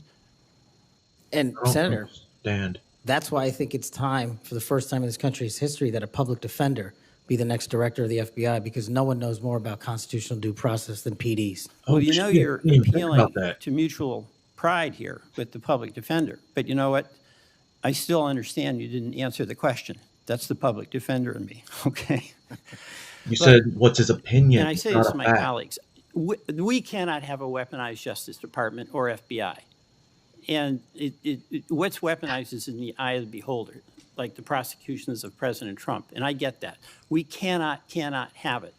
But what I think we all have to acknowledge when we've got a president who's basically saying a political enemy, whether it's Harris, whether it's Liz Cheney, whether it's Adam Schiff, should be prosecuted, that's doing damage. Yeah, I don't even understand why all this is even coming up, because they've all got pardons that covers them since 2014. So all this is just for fucking show. To the mutual goal we have of not weaponizing a department. I yield back. They're talking about fucking Trump using his pardon power. Look at what Biden did in the last minutes of his presidency. All those mass pardons for politicians and family members. Thank you, Mr. Chairman. I appreciate it. Mr. Patel, thank you so much for being here. To your family, I know that this has to be such an incredible moment. Congratulations, and thank you for time to be a part of this with all of us. Look, I have been diligently listening over the last few hours, and what I have heard you say is this, that your duty is to protect American citizens, that you will work to uphold the Constitution. I have heard you say you're going to get back to making sure you focus on violent crime. You said, I want children to have parks to play in, not needles to walk on. You said, I'm going to let cops be cops. You said, we've got to get back to having full transparency. You said all requests will be responded to, and on all members of the Judiciary Committee, for that we say thank you. You said you were going to have the backs, as you always have, of law enforcement. You reminded us about being embedded in SEAL Team 6. You said our law enforcement officers deserve the very best. You said you know and you will not allow there to be victims of government overreach because it has happened to you. You talked about having no intention of going backwards. You have talked about making sure that we actually address drug overdoses. You talked about your work with 1.3 million active duty service members, making sure they had resources they needed. You've talked about de-weaponizing and making sure that we don't politicize the department. You said America is the greatest nation. You said you believe that because you believe in the rule of law. You have told me personally, gone will be the days of identifying a person and looking for a crime. You have said everything you do will be factual and constitutionally You're really wasting based. my time with this fucking You have said there will be no targeting based on someone's faith. You have said that when these FBI agents are upholding This is the all you law, could come up with? you will always have their back. You have said that there will be a singular form of justice once again. And most importantly, I think in addition to all of this, You is I just have said. really not gotten to hear you talk about the FBI. Oh. And so I would love, you mentioned in the 7 minutes that it takes one of these senators to ask you questions, that unfortunately there are, I believe you said, 3 rapes, 2 overdoses, 1 murder. Look, yesterday we signed the Laken Riley Act and the law President Trump did. And when we look at what's happening across our country with the surge of illegal migrants that have come in, when we look at fentanyl overdoses being the leading cause of death between the ages of 18 and 5, I've heard you say you want to tackle that. When we look at parents like Laken Riley's mother yesterday, as she talked about her heartbreaking loss that should have never happened, Rachel Marin's family there, Sarah Root's family there, Jocelyn Nungary's family there, they deserve an FBI that is focused on finding these criminals and getting them out of here. So my question for you is, I'd like for you to talk about that. You've talked about cleaning up America, making it safe and secure for its people. Please tell the American people your plans. Yo, he just wasted all his time. Thank you, Senator. I really appreciate it. And the two themes that, if I'm confirmed, that I have for the FBI are really just going back to keeping it simple. One, let good cops be cops. 100,000 drug overdoses, 100,000 rapes, 17,000 homicides. That's only with 70% of the precincts reporting in. That is violent crime exploding out of control. We've got 38,000 employees at the FBI, and as I alluded to earlier, almost a third of them work in and around the Washington, D.C. area. Well, those crimes are committed out in the rest of America. And I'm going to let good cops be cops and put handcuffs on the bad guys and put child molesters in prison and put murderers in prison and make sure CCP fentanyl doesn't kill another one of your constituents. That's track one. Track two, to restore the trust in the FBI. That has degraded, not by my opinion, by the Gallup poll, that only 40% of Americans have trust and faith in the FBI. It is a cataclysmic failure in leadership to get to that point that did not happen over time. And so what the FBI must do while tackling violent crime and protecting Americans' national security and our sovereignty is work with Congress, Republicans and Democrats, to expose any government corruption, provide government accountability through transparency, and get you all the documents that you are the custodians of. The FBI reports to Congress. If I am confirmed as FBI director, I will report to Congress. And I will just save you with this one caveat here about my personal experiences with the FBI. The men and women of the FBI do the most courageous work on God's green earth. I was fortunate enough to utilize FISA 702 national security measures to prevent a shopping mall from blowing up in Houston and the state capitol from being attacked in California. Wait, what? Courageous men and women do that work every day, and these are cases you never hear about. Instead, the only things you hear about are the baseless... What? Did you say where in Texas? 80% of Americans have trust and faith in the FBI. It is a cataclysmic failure in leadership to get to that point that did not happen over time. And so what the FBI must do while tackling violent crime and protecting Americans' national security and our sovereignty is work with Congress, Republicans and Democrats, to expose any government corruption, provide government accountability through transparency, and get you all the documents that you are the custodians of. The FBI reports to Congress. If I am confirmed as FBI director, I will report to Congress. And I will just save you with this one caveat here about my personal experiences with the FBI. The men and women of the FBI do the most courageous work on God's green earth. I was fortunate enough to utilize FISA 702 national security measures to prevent a shopping mall from blowing up in Houston and the state capitol from being attacked. Hey, Zippity, are you still in here? In California. Courageous men and women do that work every day, and these are cases you never hear about. Instead, the only things you hear about are the baseless conspiracy theories and attacks levied at me. Well, here's something for America. You can say whatever you want about me. If I'm confirmed, bring it on. But you will not denigrate the men and women of the FBI that saved this country. Amen. Thank you. Thank Are you you. gonna fix them, though? And speaking of, I want to talk to you a little bit about how you're going to make sure that those men and women have the opportunity to get out and about throughout the country. And so when we look at that, obviously Huntsville, Alabama, to me is a Redstone. That's exactly right. Redstone Arsenal is a beacon of what Didn't they change the name now? we should look at, putting our men and women out amongst the very people that they serve. And so in my next few minutes, I certainly want to talk to you about that. I'll save it for the next three. But just finishing up on what's happening at our border.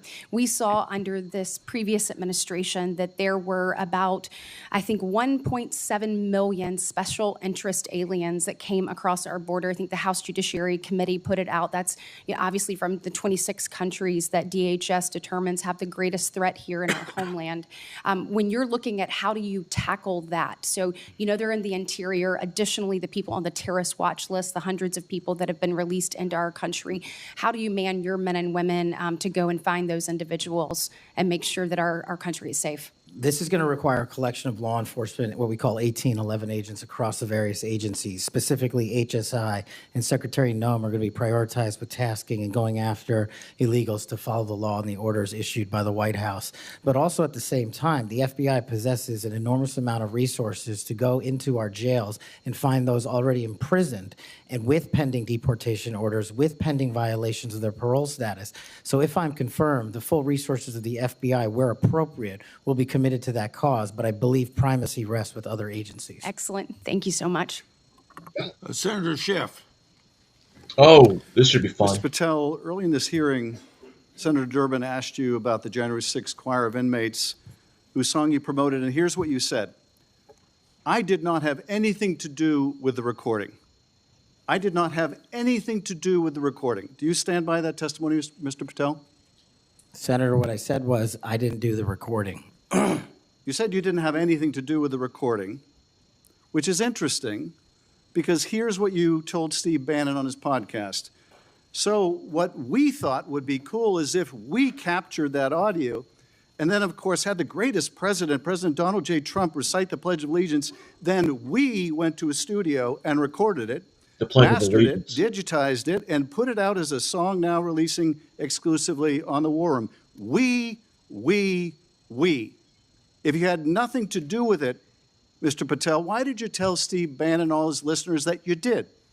That's why it says we, as you highlighted. Yeah, and you're part of the we, right? When you say we, that includes you, doesn't it, Mr. Patel? Not in every instance. Well, that's new. So when you said we, you did. This is the worst argument Schiff could have ever come up with because he used the word we. When I refer to the stuff in the military, I always said we as a whole. Does that mean I did it? No. Didn't really mean you. Is that your testimony? Not unless you have a new definition for the word we. Oh, okay. I always thought we included the person who pronounced the word, but maybe not. We, or he says he always thought. How much do you think Adam Schiff actually thinks? Not. Well, you also said this, Mr. Patel. We were able to capture the recording thanks to their courageous singing, and we were able to take it to a studio. So let me ask you, Mr. Patel, after saying we took it to a studio. Capture a recording and then take it to the studio for the Donald Trump Pledge of Allegiance. I must be dumb. Did you take it to a studio? Me personally, no. After you said that we digitized and recorded it and all that, did you take it to a studio and digitize and record it? Me personally, no. Okay, so you were lying to Steve Bannon and his audience. Is that what you're saying? No, I was using the proverbial we appropriately, as you've the identified. royal we. Oh, I See, see. I don't understand what his fucking argument is. He said we, big deal. Right? You can say we all certified the president's, or hold on a second. We voted to confirm anybody. I mean, you did. But you may not have voted for it, but you as a whole voted, which would be we voted. See. And so you certainly promoted the hell out of it, though, didn't you? I don't know what that means, but I promoted the heck out of raising money for families in need. With promotions on social media and saying you were going to get this to #1 on the billboards, right, Mr. Patel? What's wrong with that? I think it did. Yes, it did. Yes, it did. Isn't that great? People violently He can't promote a song? attack police, have a #1 song thanks to you, Mr. Patel. That's something to be really proud of. Not really. Do we want to talk You about claim, Mr. rappers? Patel, you didn't know about any of these people in the choir. Is that right? I did not know about the violent offenders, and I did not participate in any of the violence in and tell around me- January 6th. Tell me, Mr. Patel, what due diligence did you do to find out who was in the choir before you promoted their beautiful music? These people who assaulted law enforcement. What due diligence did you do? Senator, I didn't record it myself. So you did no due diligence before you promoted this song by these violent felons. Is This that what you're telling song, us? it's the national Senator, anthem. I did not record that myself. So you're being considered for director of the FBI. And here you did no diligence to find out whether people you were associating with now the President of the United States in song were convicted of attacking police officers. Is that who we want running the FBI? I want you to turn around. There are Capitol Police officers behind you. They're guarding us. Hey, Take a weren't look you at them right associated now. with Adam Kinzinger? Turn Because around. you guys were both in. I'm looking at you. You're talking to me. No, look Congress. at them. I want you to look at them if you can, if you have the courage to look them in the eye, Mr. Patel, and tell them you're proud of what you did. Tell them you're proud that you raised money off of people that assaulted their colleagues, that pepper sprayed them, that beat them with poles. Again, Adam Schiff, you failed to bring up the same issue with the victims and families, business owners during the Summer of Love. Did you help raise money for them, or did you help raise money to get the people out of jail? Because your party raised a lot of money to get these people out of jail, saying they were peacefully protesting. Tell them you're proud of what you did, Mr. Patel. They're right there. They're guarding you today. Tell them how proud you are. That's an abject lie, and you know it. How I've proud you never, ever accepted violence against law enforcement. I've worked with these men and women, as you know, You my entire glorified life, it in song, and I did Mr. not make Patel. a single dime out of In it. song. He didn't glorify it. All right, maybe. Well, let me- How about let you me ask let me them ask you if I this. have Let their me ask backs, you and let's this. see about that Let me ask you answer. this, Mr. Patel. Let me ask you this. If an FBI director promoted a song of people who sprayed pepper spray in the face of an FBI agent, would you say they were fit to be director? Mr. Schiff, Yes or no? Would they be fit to be director? I am fit to be the director of the FBI. If you were the FBI director and you promoted a song with someone who beat an FBI agent with a pole, would you say you were fit to be FBI director? Mr. Schiff? Would you say if you were supporting people burning down buildings in the right of social justice, wouldn't you say that's a disqualifier? Huh? Do you think you're fit to be in Congress making laws? I don't. That was supporting terrorism. January 6th, terrorism. However, no one really got injured. No one died. Oh, Ashley Babbitt died. No, she didn't. That was faked. I am fit to be FBI director based on my 16 And years yet in you government did all service. these things, Mr. Patel. You can say, oh, I support law enforcement. I decry violence against law enforcement. You can say all that. It's what you did, Mr. Patel, that matters. It's what you did that matters. Well, let me ask you about something else that you did, Mr. Patel. Did you claim that Donald Trump declassified all the documents at Mar-a-Lago? Did you claim that? In what proceeding? To the public, ever, did you tell anyone that Donald Trump declassified all the documents at Mar-a-Lago? From publicly available information, President Trump issued a declassification order on a variety of No, materials. I'm just asking you, did you tell the public, did you tell anyone, did you make the claim that Donald Trump had declassified those hundreds of classified documents that were at Mar-a-Lago? Did you make that claim From publicly? my best of my recollection, I said President Trump issued a declassification order to a large number of documents. Yeah, and were you present when he declassified all the Mar-a-Lago documents? Senator, I'm not saying he declassified all the Mar-a-Lago documents. I said President so now- Trump declassified a large number of documents. Actually, that is and I would what it hope is. this committee and the rest of Congress would want to get those documents to the American people. Mr. Patel, before a president or anyone declassified documents, wouldn't you want to know whether making the public would cause sources to be killed? Wouldn't you want to know that before you just declare they're all declassified? Wouldn't that be the responsible thing for a president to do? He had nothing to It do was with the responsible thing for us to do. That's why we declassified the Nunes memo. And did Donald Trump declassify? And no one died. And did Donald Trump ever ask any of the agencies who produced those documents whether declassifying them would put people's lives at risk? Did he ever do that, to your knowledge, Kash Patel? I don't know that he didn't. Do you? No, that's the problem, isn't it? That's the problem, isn't it? So You let me got just triggered. ask, Mr. Chairman, if you would, Mr. Patel has said he has no problem. He would support the release of his grand jury testimony in that case. I would ask you, Mr. Chairman and Ranking Member, to join me in requesting, with Mr. Patel's approval, the release of those grand jury transcripts. And I would also ask Mr. Patel whether you support the release of Volume 2 as it pertains to you of the special counsel's report. Any reference to you in the report, to your truthfulness. Why can't you will guys you just get it? support the release to this committee of those sections of If you really Volume wanna 2 of prove 'em. special counsel's report? I support following the law and providing whatever information the law requires. Well, you said to the Wall Street Journal that you support transparency. Here's your chance, Mr. Patel. You support release of that to this committee, yes or no? Your time's up. Before I call on Senator Tillis, I have letters here from law enforcement groups representing 310,000 officers supporting Mr. Patel's nomination. And they'd be like the Association of Police Organizations, National Police Association, United Federation of Police Officers, Police Benevolent Association, United Coalition for Public Safety. I'll put these in the record. You've got 58 former FBI agents that worked with him.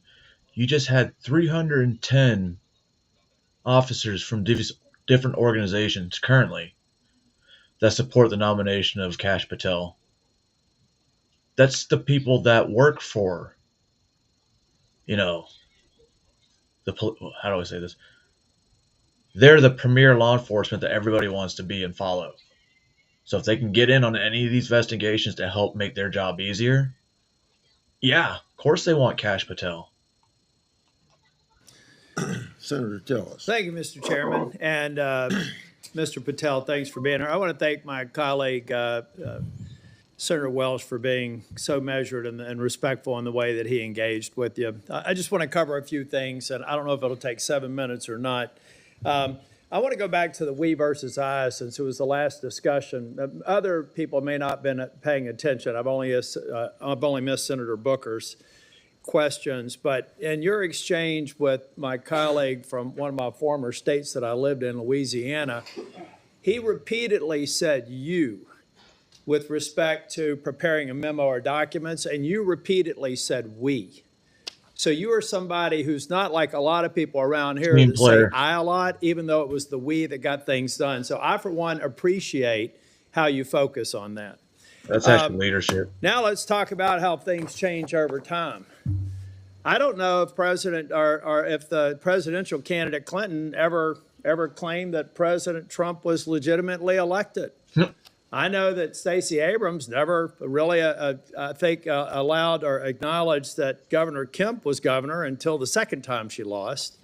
I don't know what's wrong with you simply saying that President Biden is duly elected. Now, I believe that Senator Welsh is asking for a legitimate reason, but most people aren't. Most people are going to say, now we got you. Now we're going to create a wedge between you and the president and other people by using that word that they can absolutely exploit. So you've answered the question. President Biden was duly elected. I don't have any problem with saying he won because I certified the election along with so many others on January the 6th. Now let me talk about January the 6th. Y'all may not know this. I don't know if it's public. I can't imagine why it'd be classified. This was the room that we retreated to on January the 6th.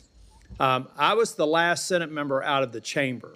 Right. I was actually approached by one of the vice president's details saying it's time to go. Part of it was because I was really angry and a little way wanted to fight, which was probably not a good idea. But what I saw, and what I saw for these people, and it's unfair to tell you to get up, order you to physically get up and turn around. It's a great tactic used frequently here in the committee, but you were right to engage the senator respectfully in a line of questioning. I looked at all the ones who were in the chamber on January the 6th, and they were heroes. I looked at the ones after I transcended down the stairs and went into the trains connecting the Capitol. Those heroes were bloody. They were bruised, and they were still holding the line, and we saw and heard people 50 yards away. Every one of those people in the Capitol, I've said, were thugs, and I don't apologize for it. They were either caught up in the moment and didn't do damage to a police officer, or they harmed a police officer, and I disagree absolutely, and said it on the Senate floor, with the pardons of people who did harm to the president. Yeah. And I've had conversations with you that suggest that if you had been consulted on that, we'd have probably had a little bit different structure for the pardons, folks. This man understands what happens when the leadership of a law enforcement agency fails to protect their own.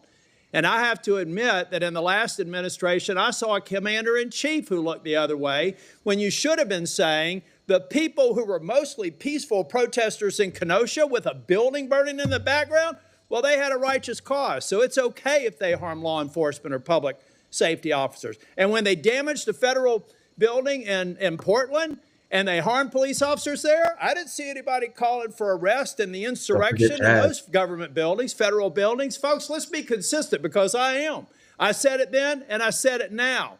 These folks are heroes. They got us to this room. We spent hours here, and they were so successful with securing this building, we went back the same day and finished our job.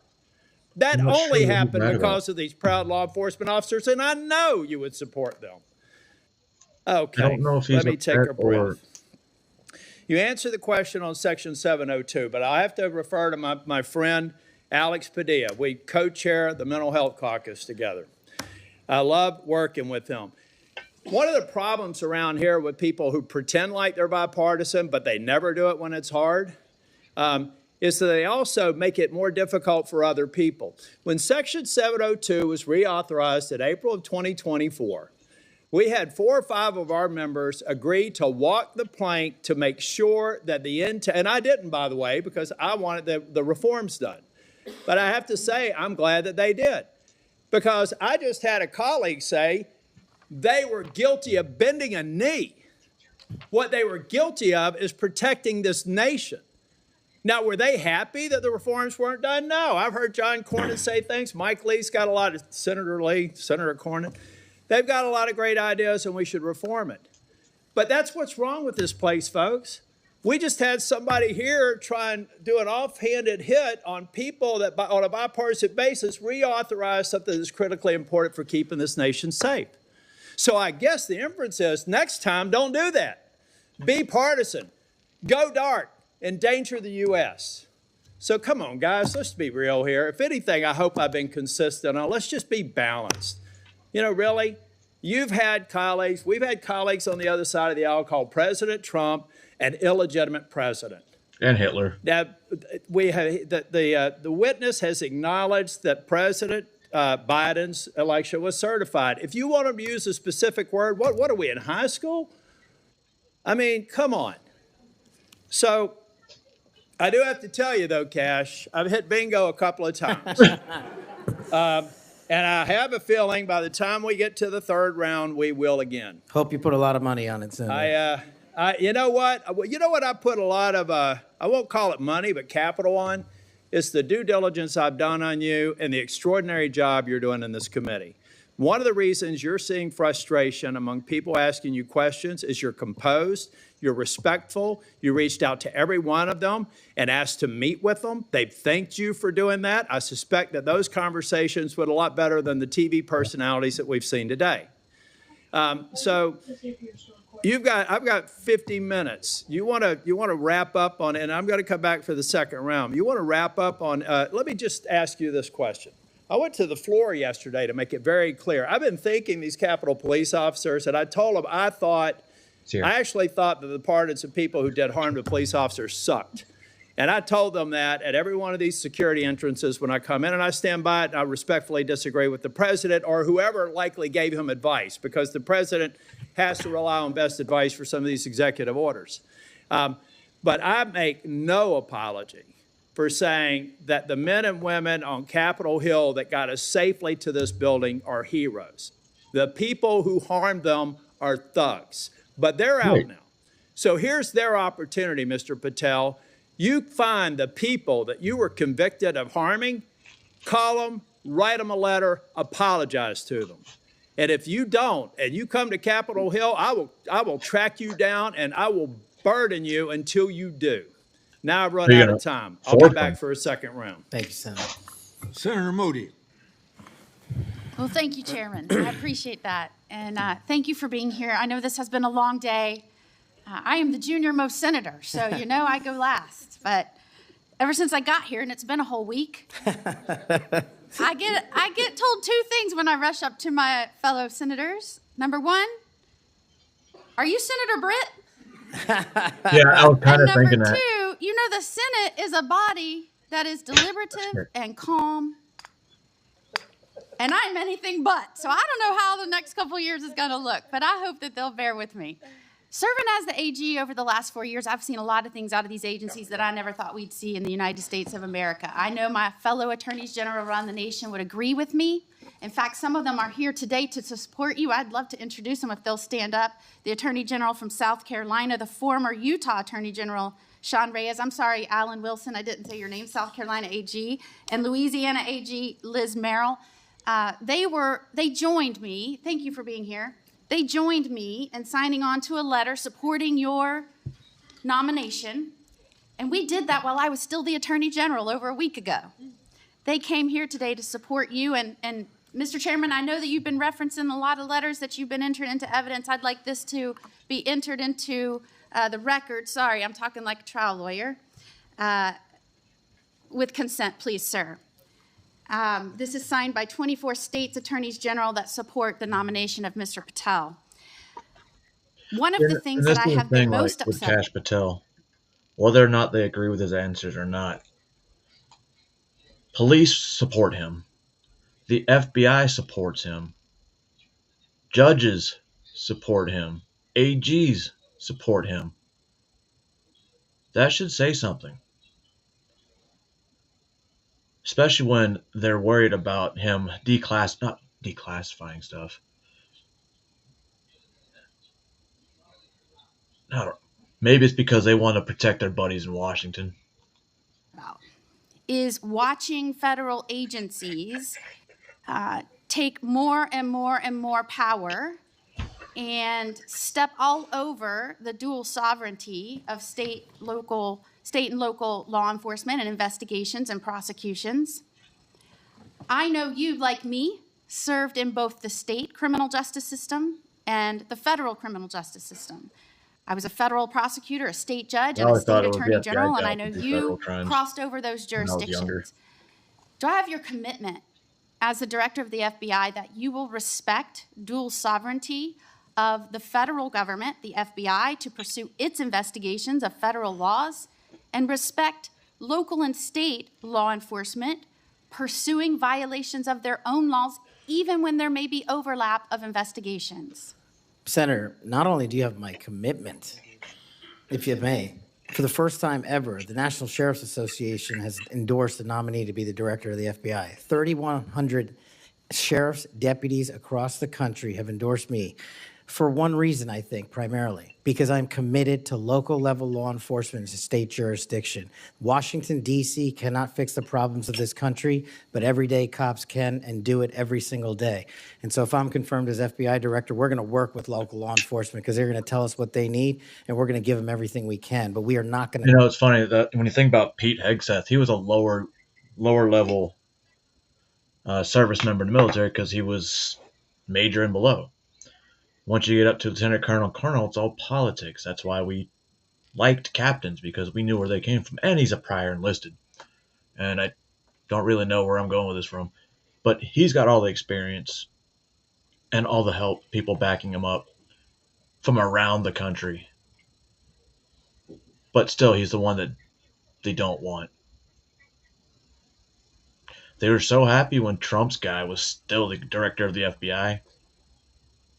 How come they can't be happy with this one? To trample on local law enforcement because they're the ones keeping our communities safe just as much as anyone here. The citizens of Florida will be happy to hear that, as well as Americans. As you know, after the second assassination attempt, which took place in the state of Florida, against a Florida resident, now President Donald Trump, many people were surprised that that could happen in just over 2 months.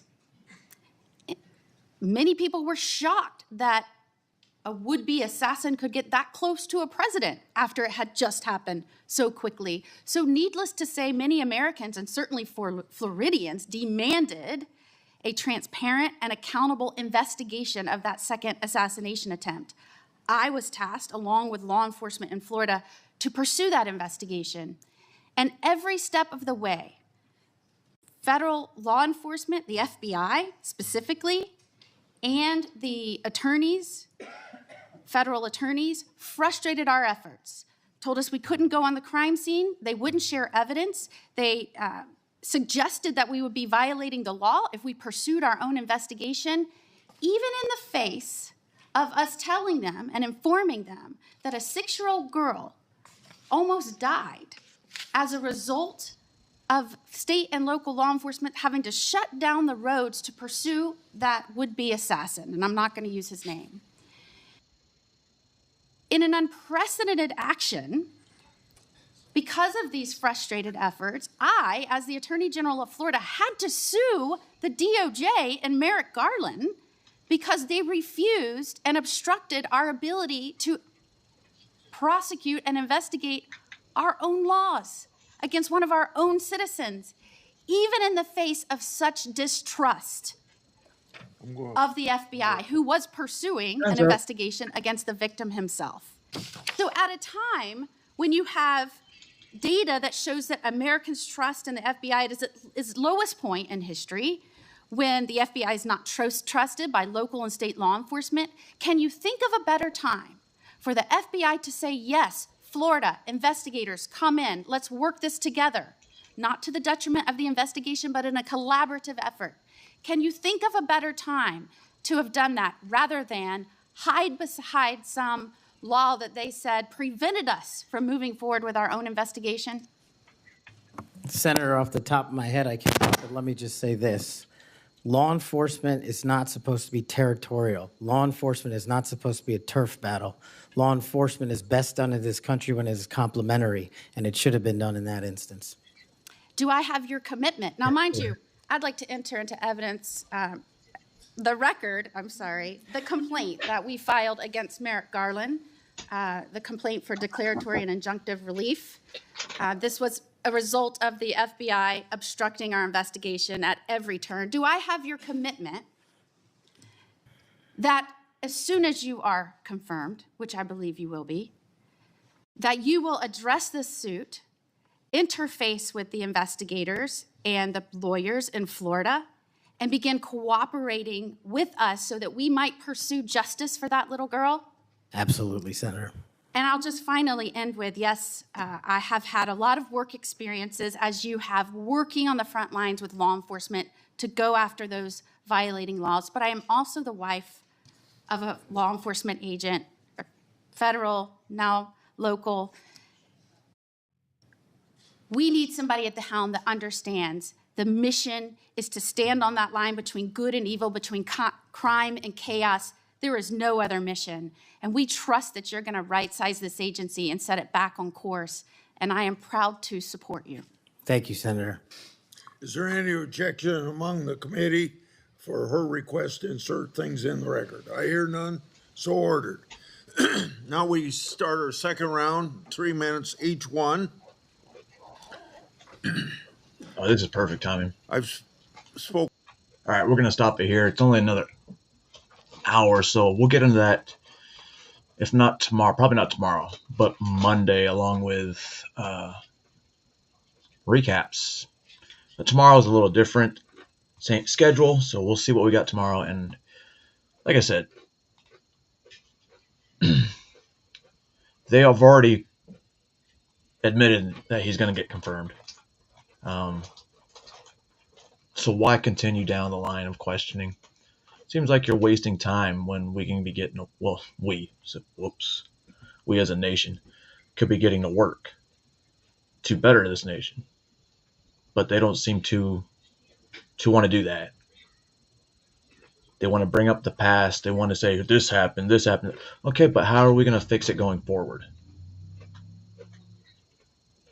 That should be what they're asking. How are we going to fix this going forward? Because we're not going back. oh no. But I guess that's a hard concept for a lot of people to understand. It's all about moving forward. You live in the past, you're doomed to repeat it. Or if you live in a past like me, it's a completely different past, not like 15 years ago. But ladies and gentlemen, I hope you all enjoyed this long-ass hearing. That was supposed to be a whole nother hour, like I said. But thank y'all for joining. Thank y'all for participating.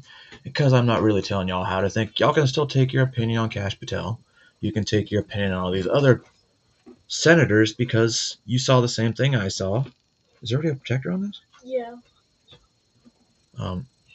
So with that being said, I hope y'all enjoy the rest of your day, and I'm just telling you to think.